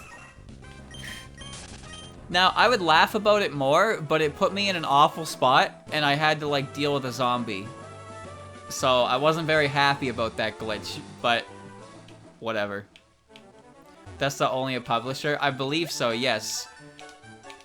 I believe so, yes, but at the same time, their name was on it, and that happened to me, and I was like, huh, yeah. How about that? You know the funny thing about that game is sneak kills were like OP as shit, right? But it was so easy to sneak kill enemies because you could just get their attention, duck behind a corner, they would take like 3 steps, and they'd be like, where did they go? And then you could sneak kill them. Chat, for those of you that played Evil Within 2, do you remember the section in Evil Within 2 where you're supposed to equip the gas mask? And you have to go through this maze-like section in first-person view. All the while, there's like a gas monster that's walking around that you have to dodge. Why did this bug maniac have like lady music? Okay, whatever. You remember that, right? Okay, that part is supposed to be incredibly scary, and I sneak killed the gas monster. That enemy takes 2 sneak attacks to kill. So I stabbed it once, ran away, ducked in a corner, it ran near me, I sneak attacked it again, and I removed the entire threat of that whole section. It's just like, lol. It was really cool the way they did it, because they definitely made it scary with the whole first-person shtick, but I immediately eliminated the source of my fear by abusing mechanics. Fun game, though. Fun game. I'll play that again sometime. It was a really, really cool game. I remember I spent hours just on Chapter 3 exploring the whole map, so... like, just sneak killing everything so I didn't have to waste ammo. That game basically tells you not to waste ammo, and I took it way too literally. The only time I would shoot the gun is if I was so frustrated at trying to sneak kill that I needed to, like, just wanted to get through it and get a checkpoint or something. I might play it, yeah. I might play the first one or something, Halloween. Because it's been a long time since I played that game and I really did like it. Evil Within is a good series, and I don't know if we're going to get any more of it. The problem I have with Evil Within 1 is there are so many enemies in that game that instant kill you. Like, Fake Ruvik. Chat, do you remember Fake Ruvik? He's the enemy that would see you and then spawn scary hands towards you, and if they grabbed you, you just fucking died. That enemy sucked. Yeah, the ones without the faces. If you're not on your guard, you're in some pain. Oh, I'm ready. I'm ready, baby. Like, after a while, HP became pointless because everything in the game just fucking killed you instantly. And I was like, oh, great. He basically took 2 sniper shots to kill. Scary for one time, and that was really annoying. That was the problem, though, right? So much of the later game was just instant kills all over the place that it became more of a hassle than anything. The early game was certainly scary, though. Oh, suck a dick.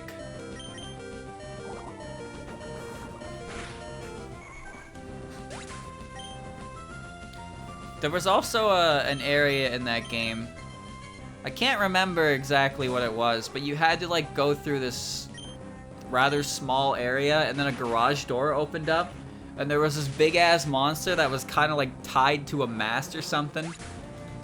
I can't remember the specifics, but I know I died on that area at least like 8 times trying to beat it because the piece of shit was just too strong for me to kill. I just couldn't figure out how to beat him.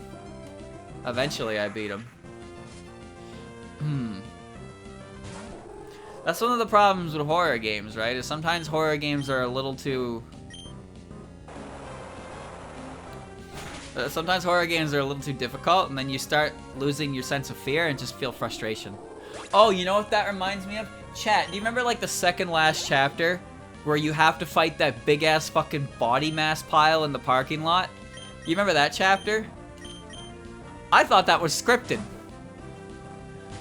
I fell into that parking garage and he was there, and I'm like, oh, okay, this is a scripted fight. I gotta lose it, right? And then I died, and the game was like, alright, try again. I was like, excuse me? You want me to kill that piece of shit? Like, you ever just been clowned so hard in a video game that you are convinced, you are absolutely convinced that you're supposed to die there.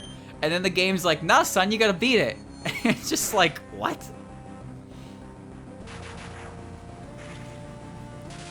Eve is fantastic because it's constantly keeping the story going. Actually does have a degree of gameplay to it that's fun, and doesn't like it doesn't like completely fucking block you and then piss you off. Eve is so goddamn good. The Witch's House. So many of those RPG horror games are great. I really, really do like Eve. I really wish there'd be more. Yume Nikki stuff is great too.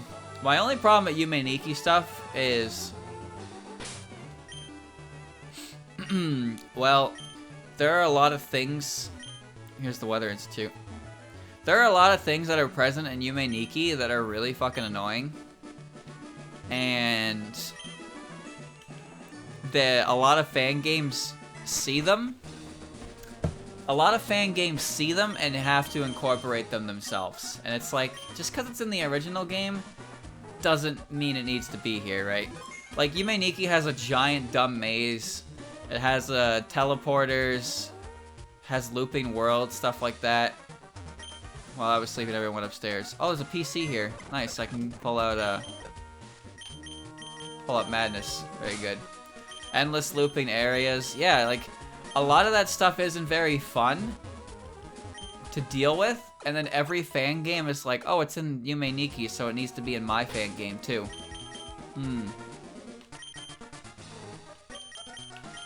Alright, I'm gonna leave with Madness to catch his levels up. I remember we talked about a Toho-themed Yume Nikki as well when I was playing through Tuki. How all the different area doors would lead to different games. Different areas would be based around the different characters, and different portals into different areas would be dependent on character relationships and stuff. Like, Yukari's area would be a fucking nightmare. A literal nightmare. Just gap stuff. And then, like, you would find doors that lead to Ron's areas or Chen's areas because of her affiliations with them, stuff like that. It's a big game, you would need to do a lot of work. Quick Claw Bone Rush, go. Yeah! Yume Nikki is, yes, it's supposed to be just getting lost in the sauce, and I understand that. But I also think it sucks when people hide shit that is, like, very not specific, and they don't tell you how to find it, and then no one gets to see it. Or they just make it convoluted and annoying that no one really wants to go and see it. It's a very acquired taste of a genre. I got critted, nice. It's an acquired taste of a genre because there's a lot of elements to it that are hard to really sit down and play through. Because today's gamers are very impatient. If they don't have immediate... Chat, if you don't get an immediate dopamine hit in 5 seconds, we're not playing the video game anymore. That's how it works. Yume Nikki... Oh my god. Yume Nikki is a game that requires at least 10 to 20 minutes of investment. Like, Yume Nikki is a game that I think is fun to play with friends. And like a couch co-op sort of thing. Because you boot the game up, you walk in a door, and you just fucking take in a trip. That's what it is. You just take in a trip.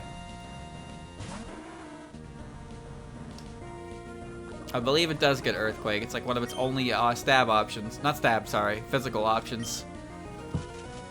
That's what I liked about Yume Nikki, was you could just kind of see the world, the surreal world of a dreamscape that someone made and take it in and enjoy it. But like it's hard to sell people on that because sometimes you can spend hours walking around and find fucking nothing.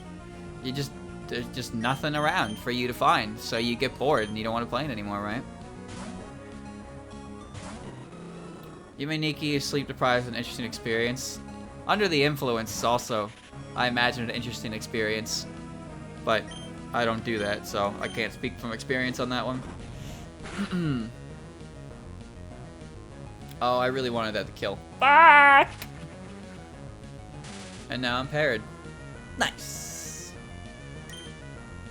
Oh, I played Spooky's House of Jump Scares with some friends. I didn't actually play, I watched them play. They were the ones with the controller. I'm pretty bitch-made when it comes to those kind of games, so I don't play them myself very often. But I enjoy watching them, so it's a weird relationship I have with them for the most part. Yume Nikki is one I can play on my own because I don't see it the same light. Yume Nikki, I think, is just a very fascinating experience that's enjoyable to look through because I like seeing the different landscapes and stuff. And again, a Toho one would be great because there's just so many... The thing about... Why is it faster than me? It's a fucking Executor. Why was that not very effective? It's Egg Bomb.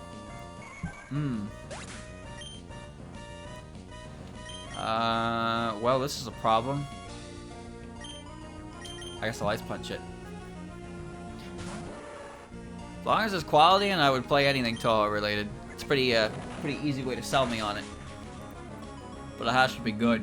Am I dead? God damn it! Why was that so strong? What the fuck?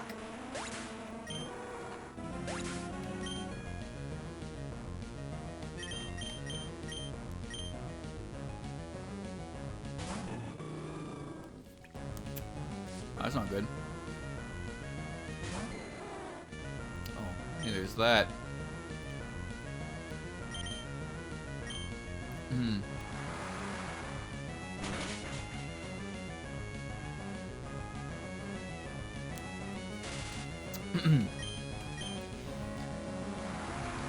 Some people have more dedication to games than others.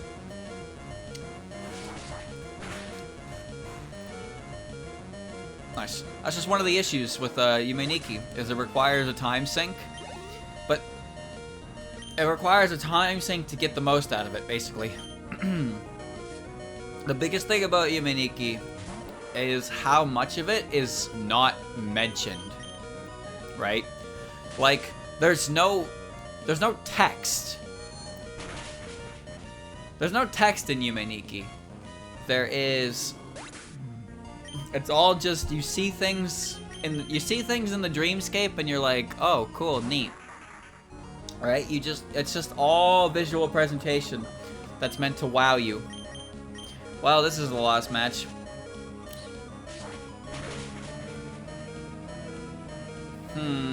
Crit would have finished it, actually. Well, that match would have went better if Ampharos didn't get killed by a crit earthquake, but... Whatever. Whatever. Back in Mauville. Because, well, the thing about the Yume Nikki games is they don't have to be nightmares, right? Alright, I took levels out. Shit. Yume Nikki games don't have to be about horror. They're just about dreams, right? Dreams and nightmares. So sometimes you get really peaceful and nice, serene areas. Sometimes you get areas that are kind of scary and make you feel uncomfortable. And sometimes you get static hell noise maze, which is just when people decide they don't want you to enjoy what they make anymore, and you start disliking everything they create after that. I don't know if you really classify it as a horror game, but psychological is definitely correct. They're really fascinating games that I really like, but it's definitely more of an acquired taste of a genre. Kind of like how Harvest Moon and stuff are. Harvest Moon's like a kind of game that you either like or dislike. Like, it's really, I think it's really hard to sell people on certain genres, and Harvest Moon is definitely one of them, and Yume Nikki would be another. It's like, so, what do you do in this game? Oh, you go to sleep and you walk around and you just look at shit. It's like, depending on who you're talking to, that's not very fascinating, right? The coolest thing to me about Yume Nikki is that because it takes place in dreams, none of it actually has to make any real sense. Because, well, if you've listened to any of my dreams, you know that that shit just doesn't make any fucking sense. Straight up, none of it ever makes sense, and it doesn't have to, because it's dreams, right? It's all in your head, Luigi. So, you can draw an eyeball man with a single foot, and it'll look weird, but it won't feel out of place because it's, well, it's a dream. Unlimited creative freedom is what makes it really cool. You never really have to explain it, but the thing is, you can also do visual storytelling, right?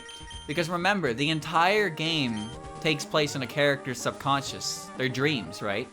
So everything within their mind, everything within the game has spawned from the character you're playing as subconscious.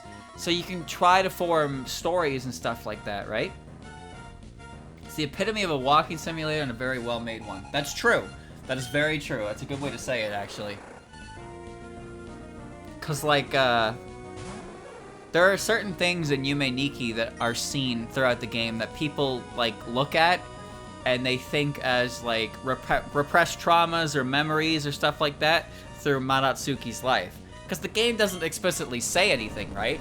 It never explicitly says anything, but there's a lot of implications that can be made by seeing how she reacts to certain,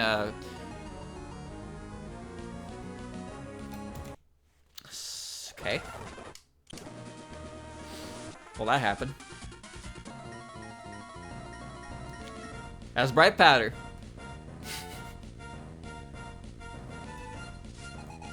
Nothing wrong with playing visual novels.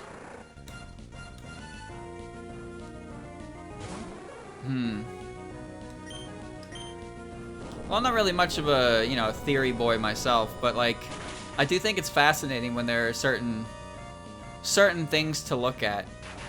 There are certain things you can look at and, like, kind of see how they would make sense in a character's psyche. Like, there's also in Yume Nikki specifically, there is that guy who's just a fucking, he's just a corpse on the ground. There's just a dead man on the ground. And he gives you stoplights, and then he reacts if you use the cat power. It's like, you mean to tell me if you see a dead body like that in your dreams, that's not some kind of fucking trauma? Like, goddamn. But of course, again, it's not, nothing is explicitly said. It's just all, it's all game theory nonsense. Why did he even paralyze me if he could have just killed me with Earthquake? What was the point?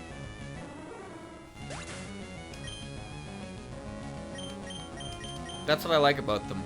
Yume Nikki is a very niche genre, but it has a lot of fan games. Good horror is implied after all. That's also true. That's two good takes now. The best kind of horror is the kind that doesn't just, you know, shit on your face, basically. Like, a good horror is the kind of game that, like, just kind of presents itself in whatever way it wants, and it makes you feel uncomfortable. Bad horror is when the game has to constantly remind you that what you're playing is a scary game, and you need to be scared. Like a jump scare is the equivalent of asking your audience to clap. Please clap. Like, oh, you're playing a scary game, and suddenly, whoa, shit, there's the big scary monster. You're scared, right? You should be afraid now. Oh, here's the audio jump. The audio is now dropped, and it's getting intense, and you gotta run. But, like, good horror doesn't need that. Good horror doesn't need to remind you that you're supposed to be scared. Because if it's good horror, you'll probably just be scared the whole way through, right? I didn't even know Viper could learn Giga Drain. I don't actually know anything about Alien Isolation, so I can't speak for that one.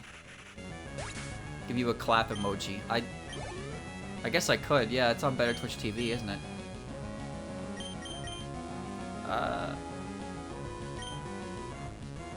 Icy Punch. Good horror doesn't even need a monster. No. Chat, what would you consider a good horror game? Amnesia is a very good horror game. Because Amnesia has a monster, but you're actively encouraged to look away. Oh, fuck off with this bright powder shit. You're actively encouraged to look away from that monster at all times. So it becomes an extra element of scary. Also, that fucker that's invisible in the water, that as soon as you touch the water speeds up towards you. Terrifying. Absolutely terrifying. Silent Hill 2 is good horror. I agree. Silent Hill 2 is fantastic horror. Oh, fucking god damn it, dude. I hate Pokemon. Bad horror is the annoying kid that asks, are you scared of your whatever relative? Claps in your face because, of course, you blink because fast flashing images tend to say, haha, you are. Yeah? Horror is not even supposed to scare the player. Tension and uneasiness is just as important. Well, tension and uneasiness make you jumpy, right? Which you could argue that's the same as being scared. When I played Third Eye, I wasn't necessarily scared, but the entirety of the playthrough definitely made me kind of uncomfortable with its subject matter and imagery. That's for sure. All right, here's fucking Egg Boy again. Kick him in the face this time.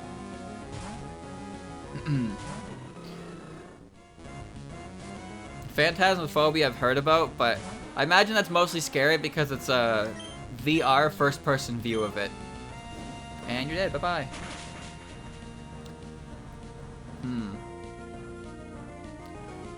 Doki Doki Literature Club is actually pretty solid. Like, that's a pretty good game. It's fucking weird. Alright, can't beat my Quick Claw. Silent Hill 2 is great, but it's not scary. Well, I'd say there are some elements to it that are pretty freaky. I think Pyramid Head's pretty scary. The idea of him's pretty scary. Some of the gross areas are pretty scary. The invisible crying man in the prison cell, it's kind of scary. I wouldn't call it, like, you know, super scary or anything, but it definitely leaves me feeling a little bit, like, uncomfortable. And I don't like being in those general areas. I guess what we're learning, chat, is horror doesn't necessarily have to mean scary. The prison that keeps going down more and more is amazing. Yeah, there's a lot of shit in Silent Hill 2. The boss got interested in the research, he sent us out, you quit meddling. Dude, I hate it here, I want to go home.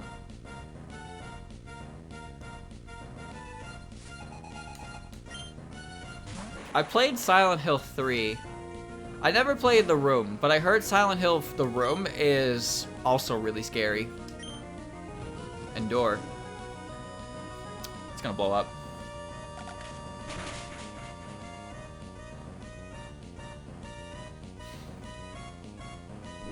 It's gonna blow up.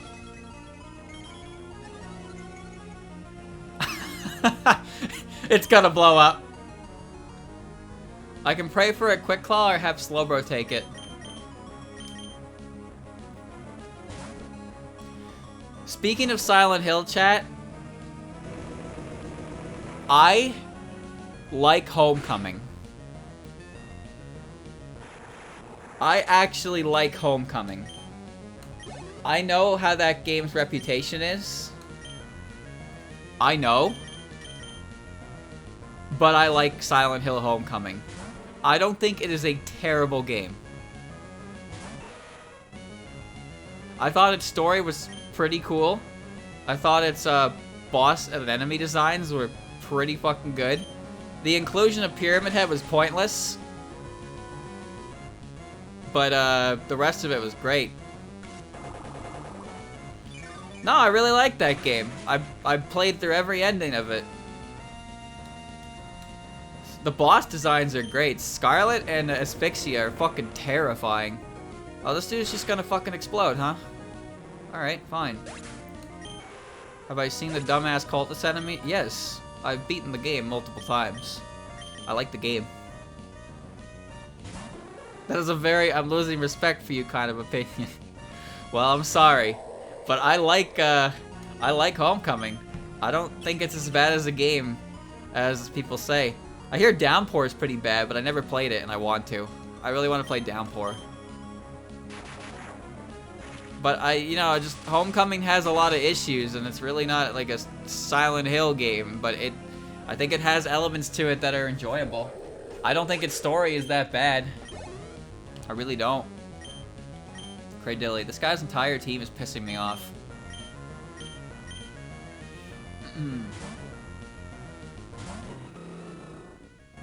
Downpour was tossed to a team that was asked too much of. Someday I'll try it. Visage, never heard of it.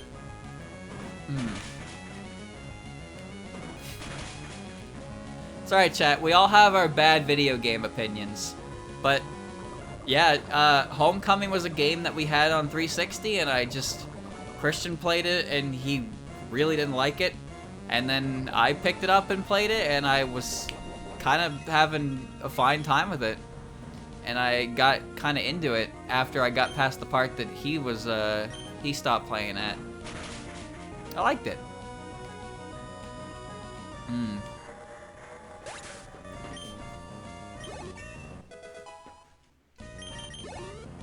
It might just be because it was one of those games I had access to play, so I just played a ton of it, right? How good was Book of Memories? Which one is that? Is that the one on PSP? I have the Wii one. That's like a reimagining of Silent Hill 1. I think that one's called Shattered Memories.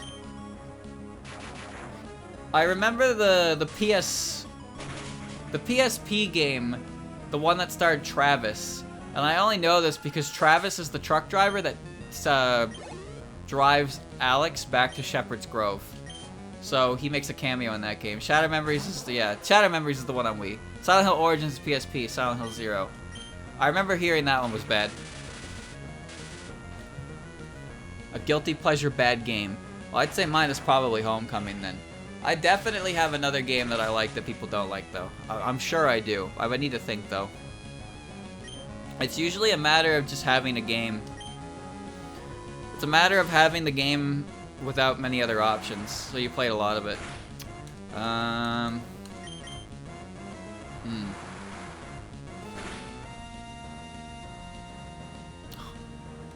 Oh my god. Alright, very good. Well, there's Silent Hill 1, Silent Hill 2, Silent Hill 3, Silent Hill The Room, Silent Hill Homecoming, Book of Memories, Silent Hill Origins, Silent Hill Shattered Memories, and Silent Hill Downpour, right? I like Sonic Chronicles. Ooh. You know what? I can't say I'm with you on that one, but I understand. Thank you, Pineapple Duck, for the resub. Sonic Chronicles, I actually beat at least 4 times. I actually beat that game about 4 times because I wanted all the chows. There's an arcade game, too. I'm not familiar with that one. Some bad games are fun to speedrun. Yeah. Some people just have games they like, right? Yeah, I played through Chronicles more times than I feel like I should admit. But, you know, I don't have the most awful opinion in the world of that game. Enjoy it despite its issues. I kind of feel you on that. And I speak as someone who had a broken touchscreen, so I couldn't even do most of the special attacks correctly. The game had a lot of issues, and there was also a lot of stuff that kind of fucked up through its development. So, you know, oh, the audio is terrible. No, I know. I know. The music is bad. I didn't mind at the time, but yeah, the music is pretty fucking oof.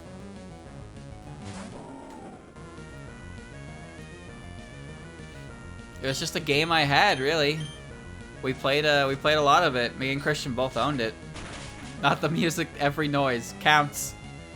The battle theme are good. I'm afraid you're gonna have to die on that hill alone, but I respect the opinion all the same.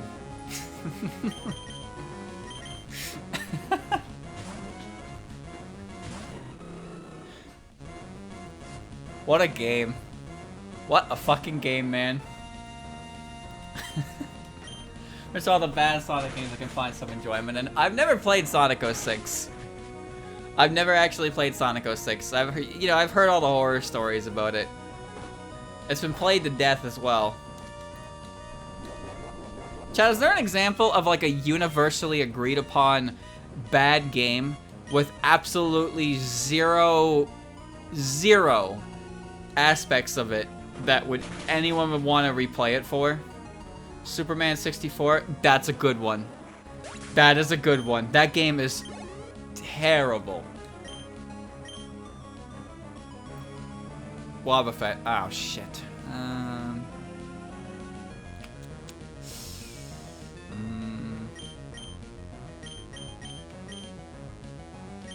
I'll do this. E.T. crashed the entire video game industry. Okay, but that game is, that game is like a cultural phenomenon, right? Fallout 76. Action 52.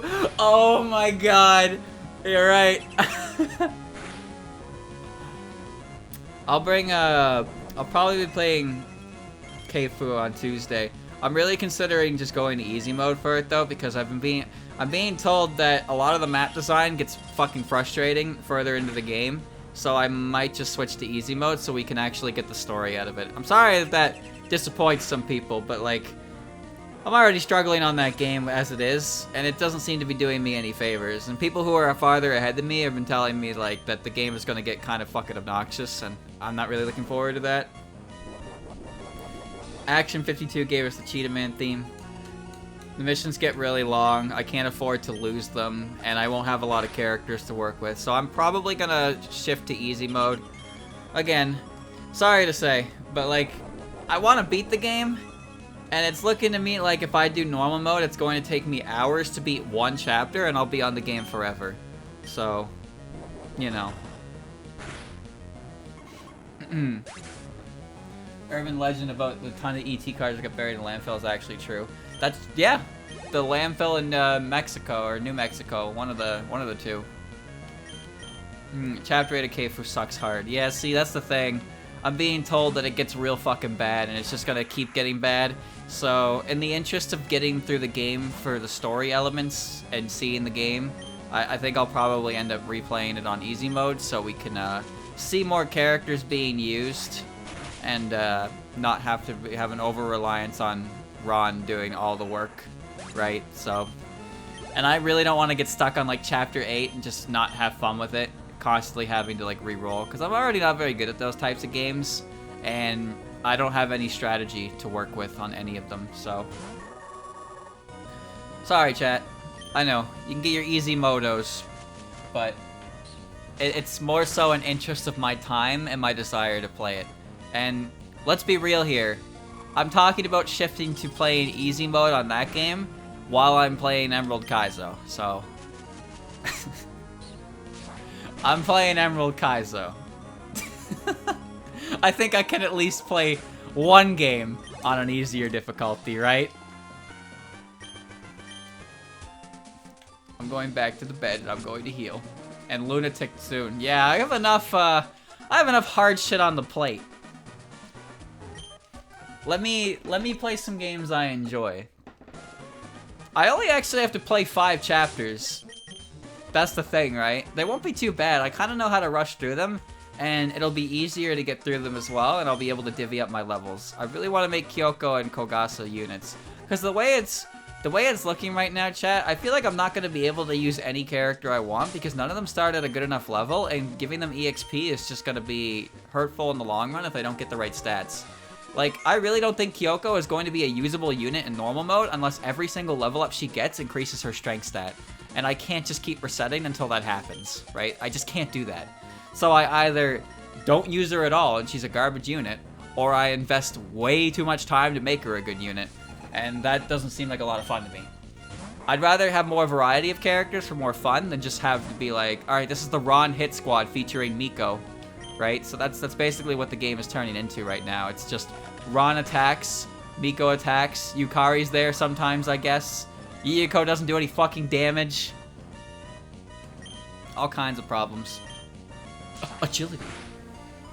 Easy FE is that all the strategy can be eaten in the void and go ha, fairy go boom. True. True, but at the same time, for a first playthrough, where I'm more interested in story than anything, I think it's okay. Holy wrath!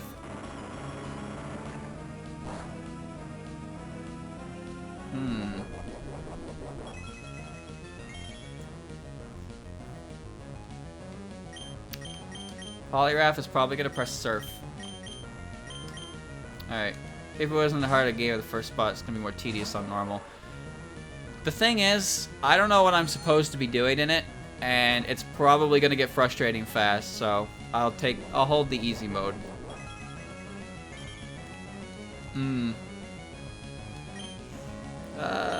Just press Psychic and hope for the best, really.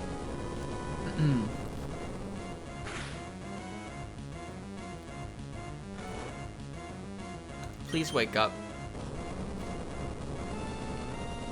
I can slack off this damage pretty easily. In fact, I'm gonna do it right now.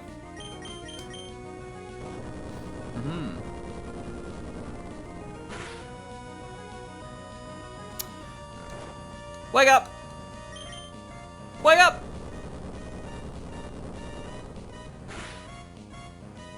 Wake up! There you go. I'm not familiar with Fire Emblem games for the most part, because the ones I like Awakening, have infinite, grind maps to make units usable. So I would take units I want to use to grind maps so I could actually use them. But I feel like older Fire Emblems don't let you do that, so you kind of have to work with what you get, right? And I'm not really good at that.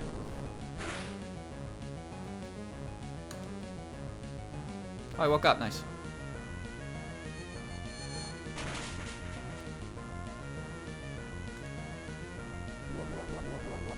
I played FE7 before. I got through the Lin stuff,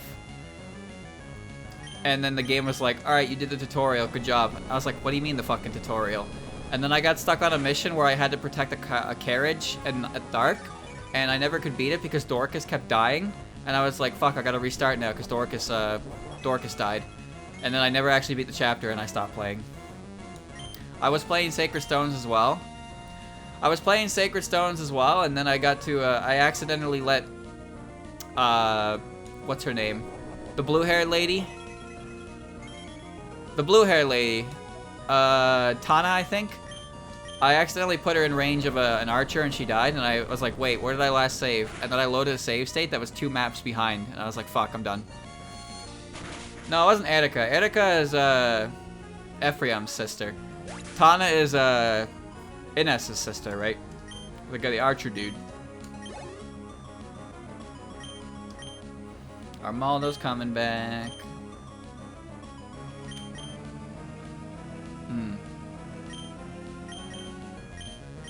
Code Blaze coming up.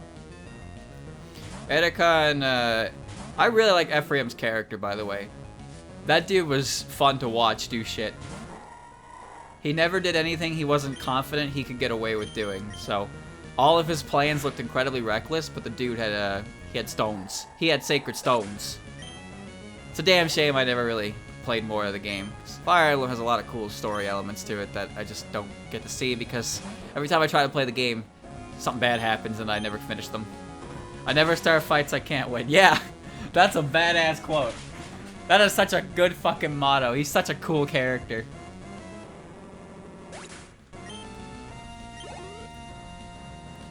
And Ludicolo, you were getting air slashed, my friend. The only Fire Emblem game I really have any experience with is Fates and Awakening. You can call me one of those guys. But I liked Awakening a lot. But the older games are... Again, I'm not very good at them. And there weren't casual options, so... They're a little bit harder to get into. And I hate playing those games and letting units die. So that sucks a lot, too.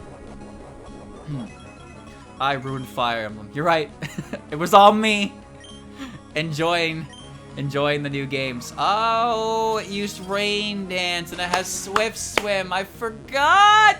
I'm live. Nice. Sorry, chat. I single-handedly ruined Fire Emblem.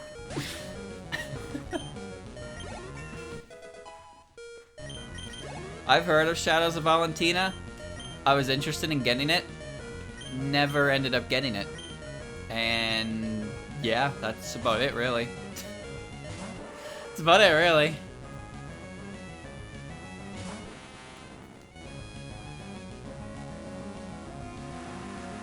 I played a bit of Three Houses. And by a bit, I mean a lot. I played a lot of Three Houses, actually. And then I didn't really... Chat, I had 70 hours of playtime on Three Houses, and I never actually got past Chapter 6. Because I was grinding supports the whole fucking time. The whole time. And then I just kind of got bored. And then I stopped playing. Echoes, meh. I don't know what Echoes is. You don't have Swift Swim, do you? From what I understand, Birthright is similar to Awakening's gameplay, and Conquest is similar to older FE's games. I played them both. And I'm glad that people could find some... I'm glad there was middle ground for people to find, but I also don't think Fire Emblem Red and Fire Emblem Blue was a good fucking idea. Especially not with the whole, Especially not with the whole Revelations patch. Chat, if you want to say anything about Fire Emblem Fates, is that Revelations is fucking garbage. Oh, baby. I hated Revelations. Revelations was a stupid story and stupid map designs. It was not fun. Revelations is often considered the worst game in the series. The only thing that Revelations did was allow support crossovers for the different regions. But, like, that doesn't excuse the map design and the story for being poopy butts. Revelations is not good. It was not fun. Never played the DLCs for Fates. I played Awakening a lot more. We're almost done the Weather Institute. Let's see if I can finish it off, and then we'll call it an Emerald Day. Looks like there's 2 more trainers to deal with. Okay. Some of the DLC stories was cool. In Fates. We're Team Aqua. We appear where everything rare is to be found. Alright, so it's just this person, and I think her name is Shelly. I'm pretty sure I know what DLC you're talking about. It stars Kana, doesn't it? The Corrin's kid with the Omega Yato or some shit. Please go first.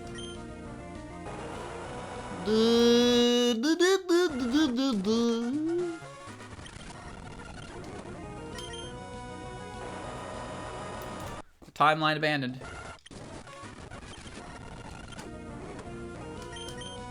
Yes! Excellent luck. Interest 2 maps talk about how Awakening Trio ended up in... Oh, actually, I played that one.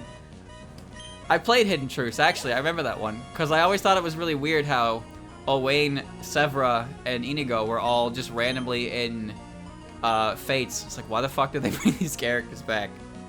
I mean, I don't mind that much, but... I minded more that Tharja, Cordelia, and Gaius came back as characters, which was really stupid. I think that was stupid. Like, okay, here's Saizo's kid. His name is, not Gaius. Here's, Tsubaki's kid. Her name is Kale Dori. Here's Hayato's kid. Her name is Rajat. It's like, come on, man. You literally just remade the characters from, Awakening, changed their names around, and then threw them into the game. They won popularity contest. Fuck the popularity contest. It's stupid. It's stupid and I hate it. The fact that Severa has actual, like, unique dialogue if she's Kale Dori's mother is like, god damn it. It's so on the nose. Dragonair. They won popularity cost. It's been a while since I played Fates. Look on the bright side. At least Soleil and Ophelia were great characters. So I was perfectly okay with those two. I don't hate Owain or Inigo by any stretch of the imagination at all, but like they really didn't need to be characters in the game, right? But their children are great. Their children are great characters.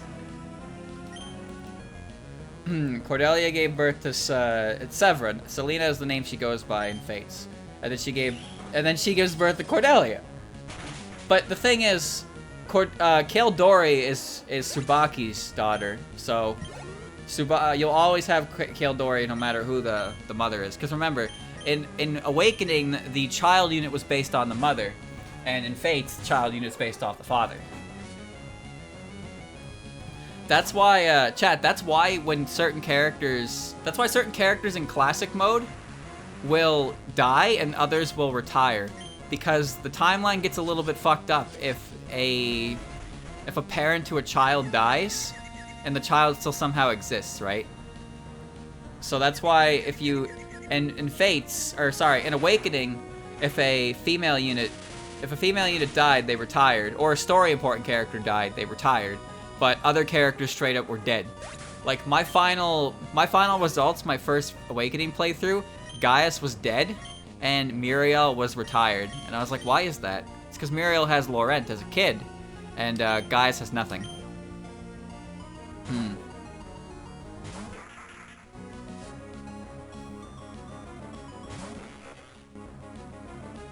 I would have stayed in if not for the fact that I didn't have, I was confused. I thought the child units were a cool idea. What is this mon? Have you never seen Huntail before? You've never seen Huntail? It's the evolution of Clampearl if it's holding a deep sea fang. It's really gross. The other one, they're not very good Pokemon, unfortunately. Dugong. I'm gonna stay in because I have Swiss Swim. Gorbis was on the screen earlier if you missed it. It looks like a fake Pokemon. You know, you're not really wrong about that. The thing is, Huntail and Gorbis are... No actual trainer in Gen 3 has one, so the only way you can see one is if you get one yourself, which requires trading, or I think you need to see one on the Battle Tower, Battle Frontier. And it's really ugly. Like, Huntail is fucking disgusting. And it's not a good Pokemon either. Gorbis doesn't have Booba. Gorbis just has shell cups to pretend it has Booba. Alright, that fight went really well. No, Huntail has an evolution. I followed the series since childhood. Bro, I didn't know Gulpin evolved. The only reason I knew Gulpin evolved into Swalot was because I looked it up on the official Pokedex on the Pokemon website years ago. Like when Gen 4 was coming around.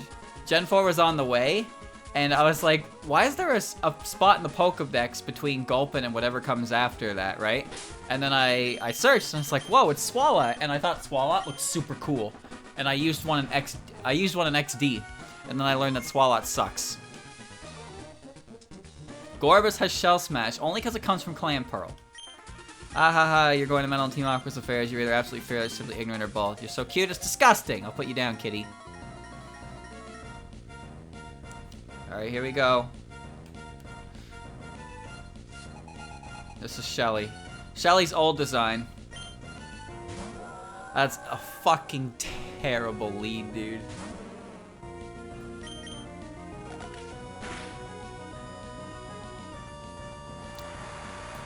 Alright. Juan has Huntail and Gorbis in black and white too. He might because they're Gen 3 water types. Like, he probably has some of the shittier ones because Wallace is in the Champions Cup and Wallace has the good mons. Alright, chat. She's leading with a fucking Milotic, so this ought to be fun. I basically need 2 good Thunderbolt hits.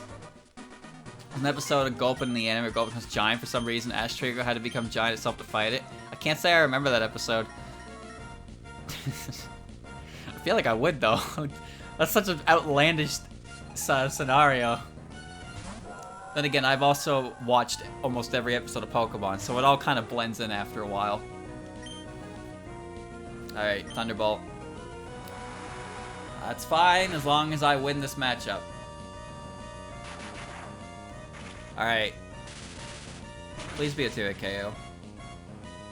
Good. Citrus Berry? That's fine, I'll take that. Episode 65 of Advanced Generations in the anime. Huh. I am surprised you have an exact number for that. Honestly. I can't remember fucking any of them. Okay, you looked it up. Do you remember the episode? Do you remember the episode of in Gen 4 where they find the No Evolution Club, and the front of the building is just a giant red B button, and they basically just have a fish tank full of Feebas and Magikarp because they don't like evolving Pokemon. That episode had a bunch of game console references too. I remember it because Meow said Wii, and then he pulled out a Wii remote. I hope Double Kick is enough to kill it. Yeah, straight up, that's a real episode. The No Evolutioners Club. And the building is just it's a building with a giant B button outside. That should be a kill, right? Yeah. Nice.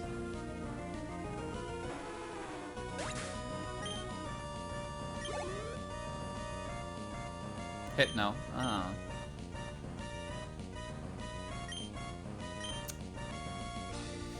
I really don't know what to do with Hypno here. I remember that episode pretty clearly because of how stupid it was. It was so... There's so many references into it.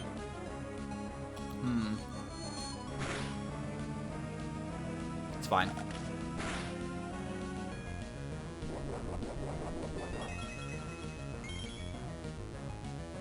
Leftovers. Oh. What are you doing with that? Hella illegal, by the way, but it's fine. It's fine. You can have your illegal Pokemon.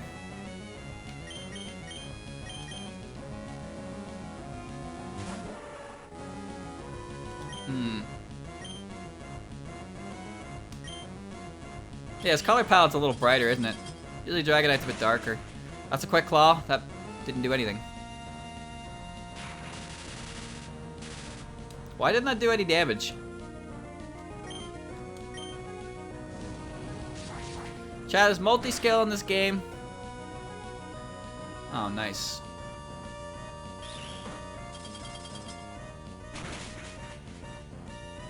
Dragonite has thick fat. That's really stupid. That's I'm sorry, that's just fucking stupid. There is no reason for Dragonite to have thick fat. There really isn't.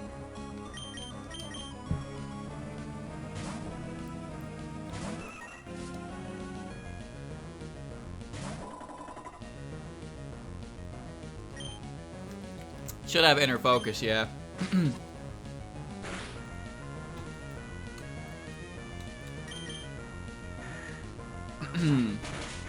Well, multi-scale doesn't exist in this generation, but some other... Oh, okay.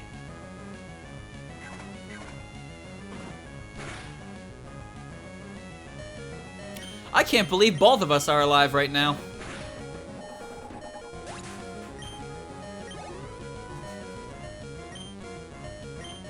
Hypno. What does multi-scale do? Multi-scale halves the damage you take if you're at full HP.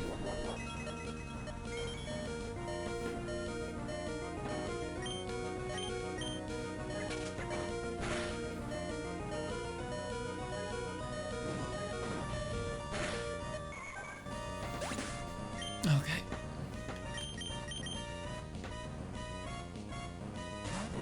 Dragonite and Lugia, yep. They're the only Pokemon that have it and they're hitting their abilities. It's a very fucking good ability.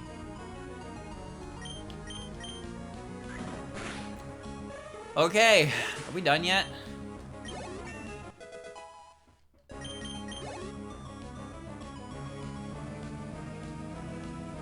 But why?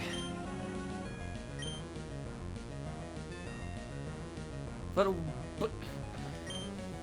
why? Why do you have that?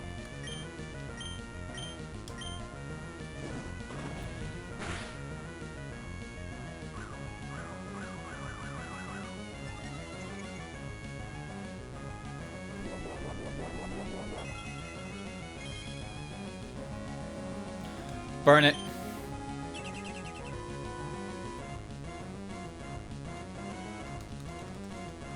Burn it.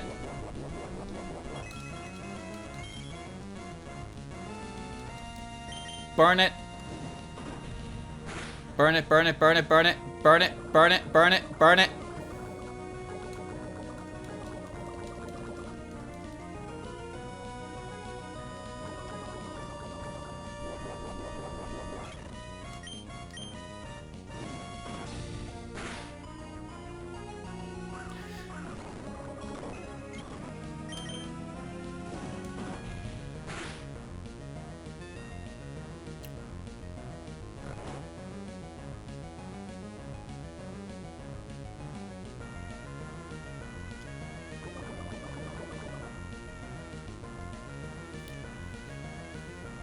Rest, toxic, double team, protect.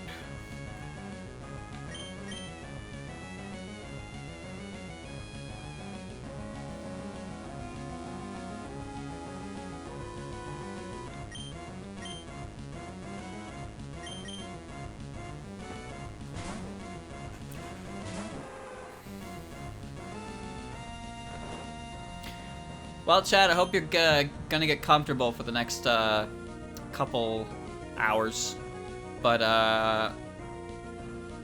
we're gonna be here for a while.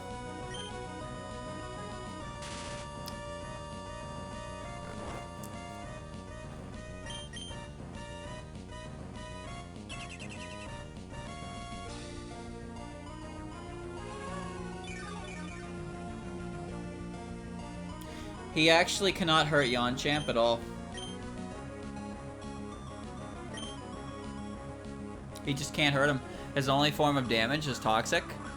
So once he because I'm already paralyzed, he can't hit me. So all I can do right now, chat, is press Psychic until I get Spadef drops. And then Hydro Pump has to hit and kill it. So its struggle is gonna do no damage at all. But this is the game we're playing for the next, forever. Because this is fun.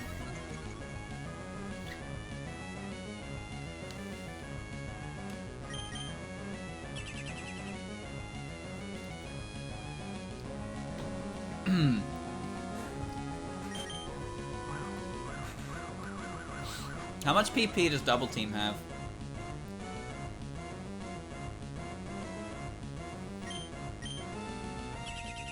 No, I can't. It has leftovers. Because its struggle is going to be so painfully weak that it's not going to be able to recoil itself.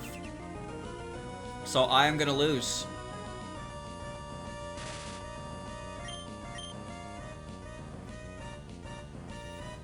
I'm gonna lose without special defense drops or a crit or something.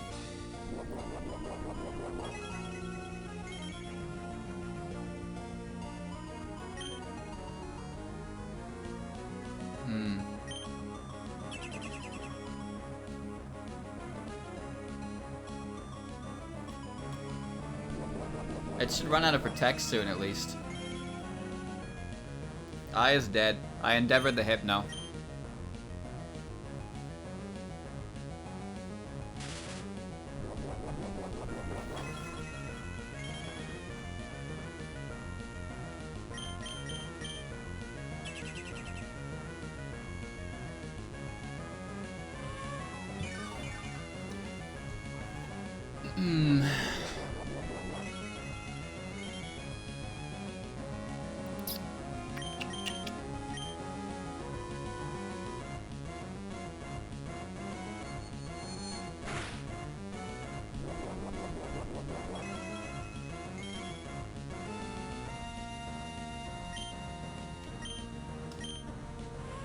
I didn't actually want that to hit.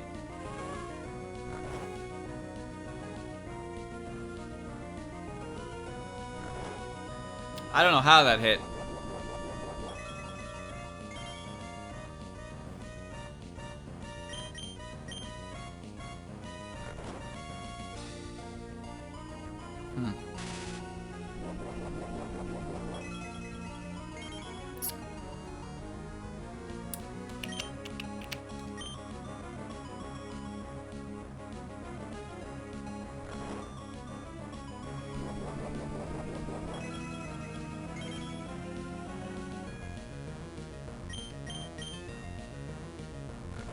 Okay.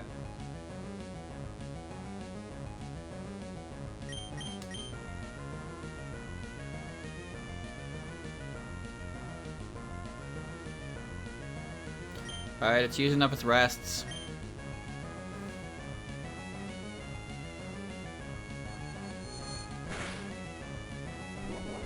Come on.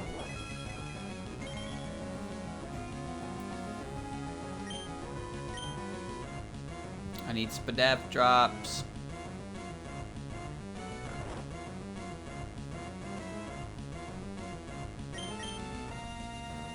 Just one would be good. I got 3 on Snorlax.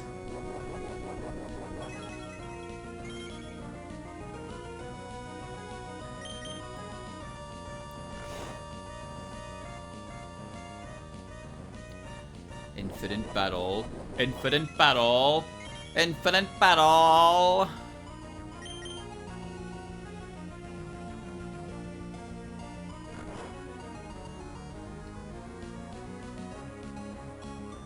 Sweet scent would be helpful here, yes, but I don't have a slot for it.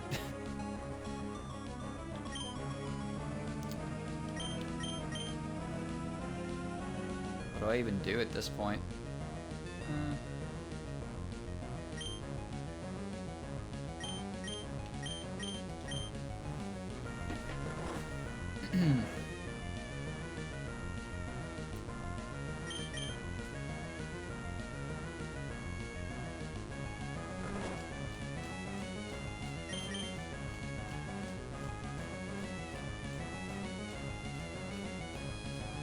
Once it starts using struggle.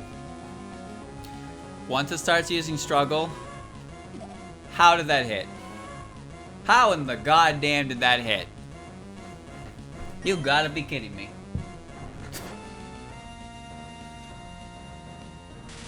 Yeah, that's fine. More parastalling is fine. I get more PP that way. Wake up. Wake up!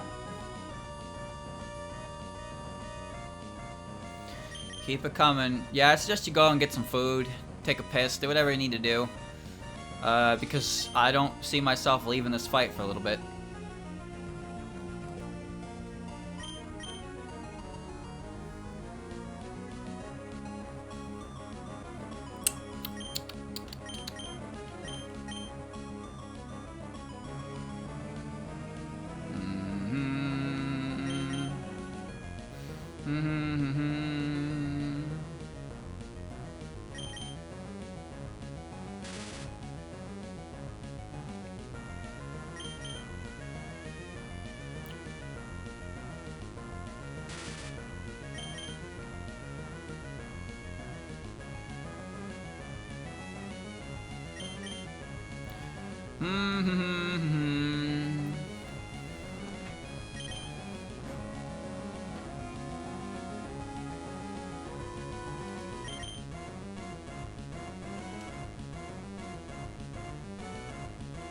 I'm not switching until I use a struggle.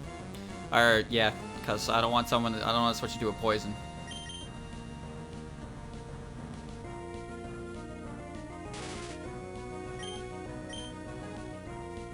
Dum be dum dee dum dee dum dum dum dum dee dum.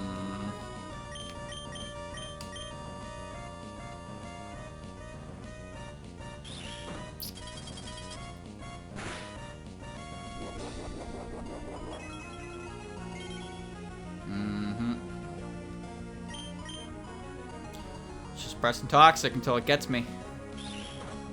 I am not leaving this battlefield.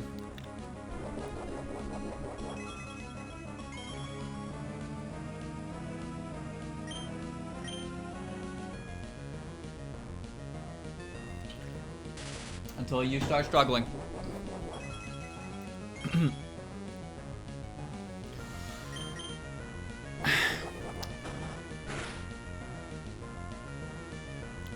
Alright. Magical Leaf can't miss. So I do have Magical Leaf. That is correct. That is correct. I have guaranteed way to hit the bastard. That's why I would have liked special drops. But I also didn't want to switch Ludicolo into a poison move. Freezing is not gonna do anything. But any extra damage I can get is fine.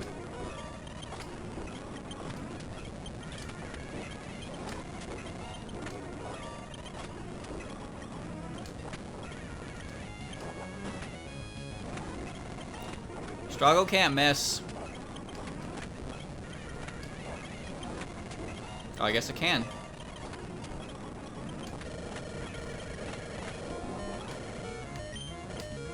There's no reason to keep Slowbro alive at this point. It's just gonna be all or nothing for, it's gonna be all or nothing for Ludicolo, I suppose.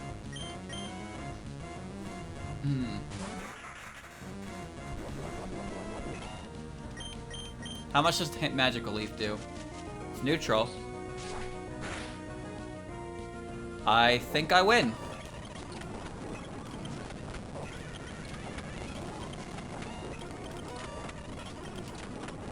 Eat. Pant. Fucker. Fuck you! God damn it. You're disgustingly strong. You're just disgusting. It's bad enough the Team Magma blunt your boat now that you makes you want to sniff around our business anyway. We have a situation here. Team Magma just passed the weathers to the privy head of Mount Pyre. What? Can't waste no more time here at the heart of Mount Pyre. Okay, bye. Thanks to you, we're safe. It might be an odd way to thank you to take this Pokemon. Say thanks. Do you want to give a nickname to it? No. Pokemon change shape from the water. There's plenty of them in the Institute. Go ahead and take. There's plenty of them in the Institute. How come there's only one in the fucking game then? Alright. Good thing I had Magical Leaf, huh? That was the worst thing I've ever done. It's holding a mystic water. Careful, nature. Garbage. Powder speak. And if I want to re-roll the nature, I gotta do the whole fight over again. I'm not gonna do that though. I'm gonna stop playing the video game now. Powder snow though. Base 40 ice type move. Yo. Alright, I'm done with this piece of shit for the day. Everything was all well and fun and dandy, but then, wow, that Shuckle was lame. Wow, that Shuckle was lame. I go off for gifting a sub. So, chat, next time I play the video game, I am going to head to Fortree. I am probably going to run into my rival on the bridge, if I remember that correctly. Then I'm going to... I'm going to fight Fortree. And then, well, I don't really know what's... I don't really know what's going to happen from there. But I don't know how much worse it can get from getting PP stalled by a double-teaming Shuckle. I'll see, though.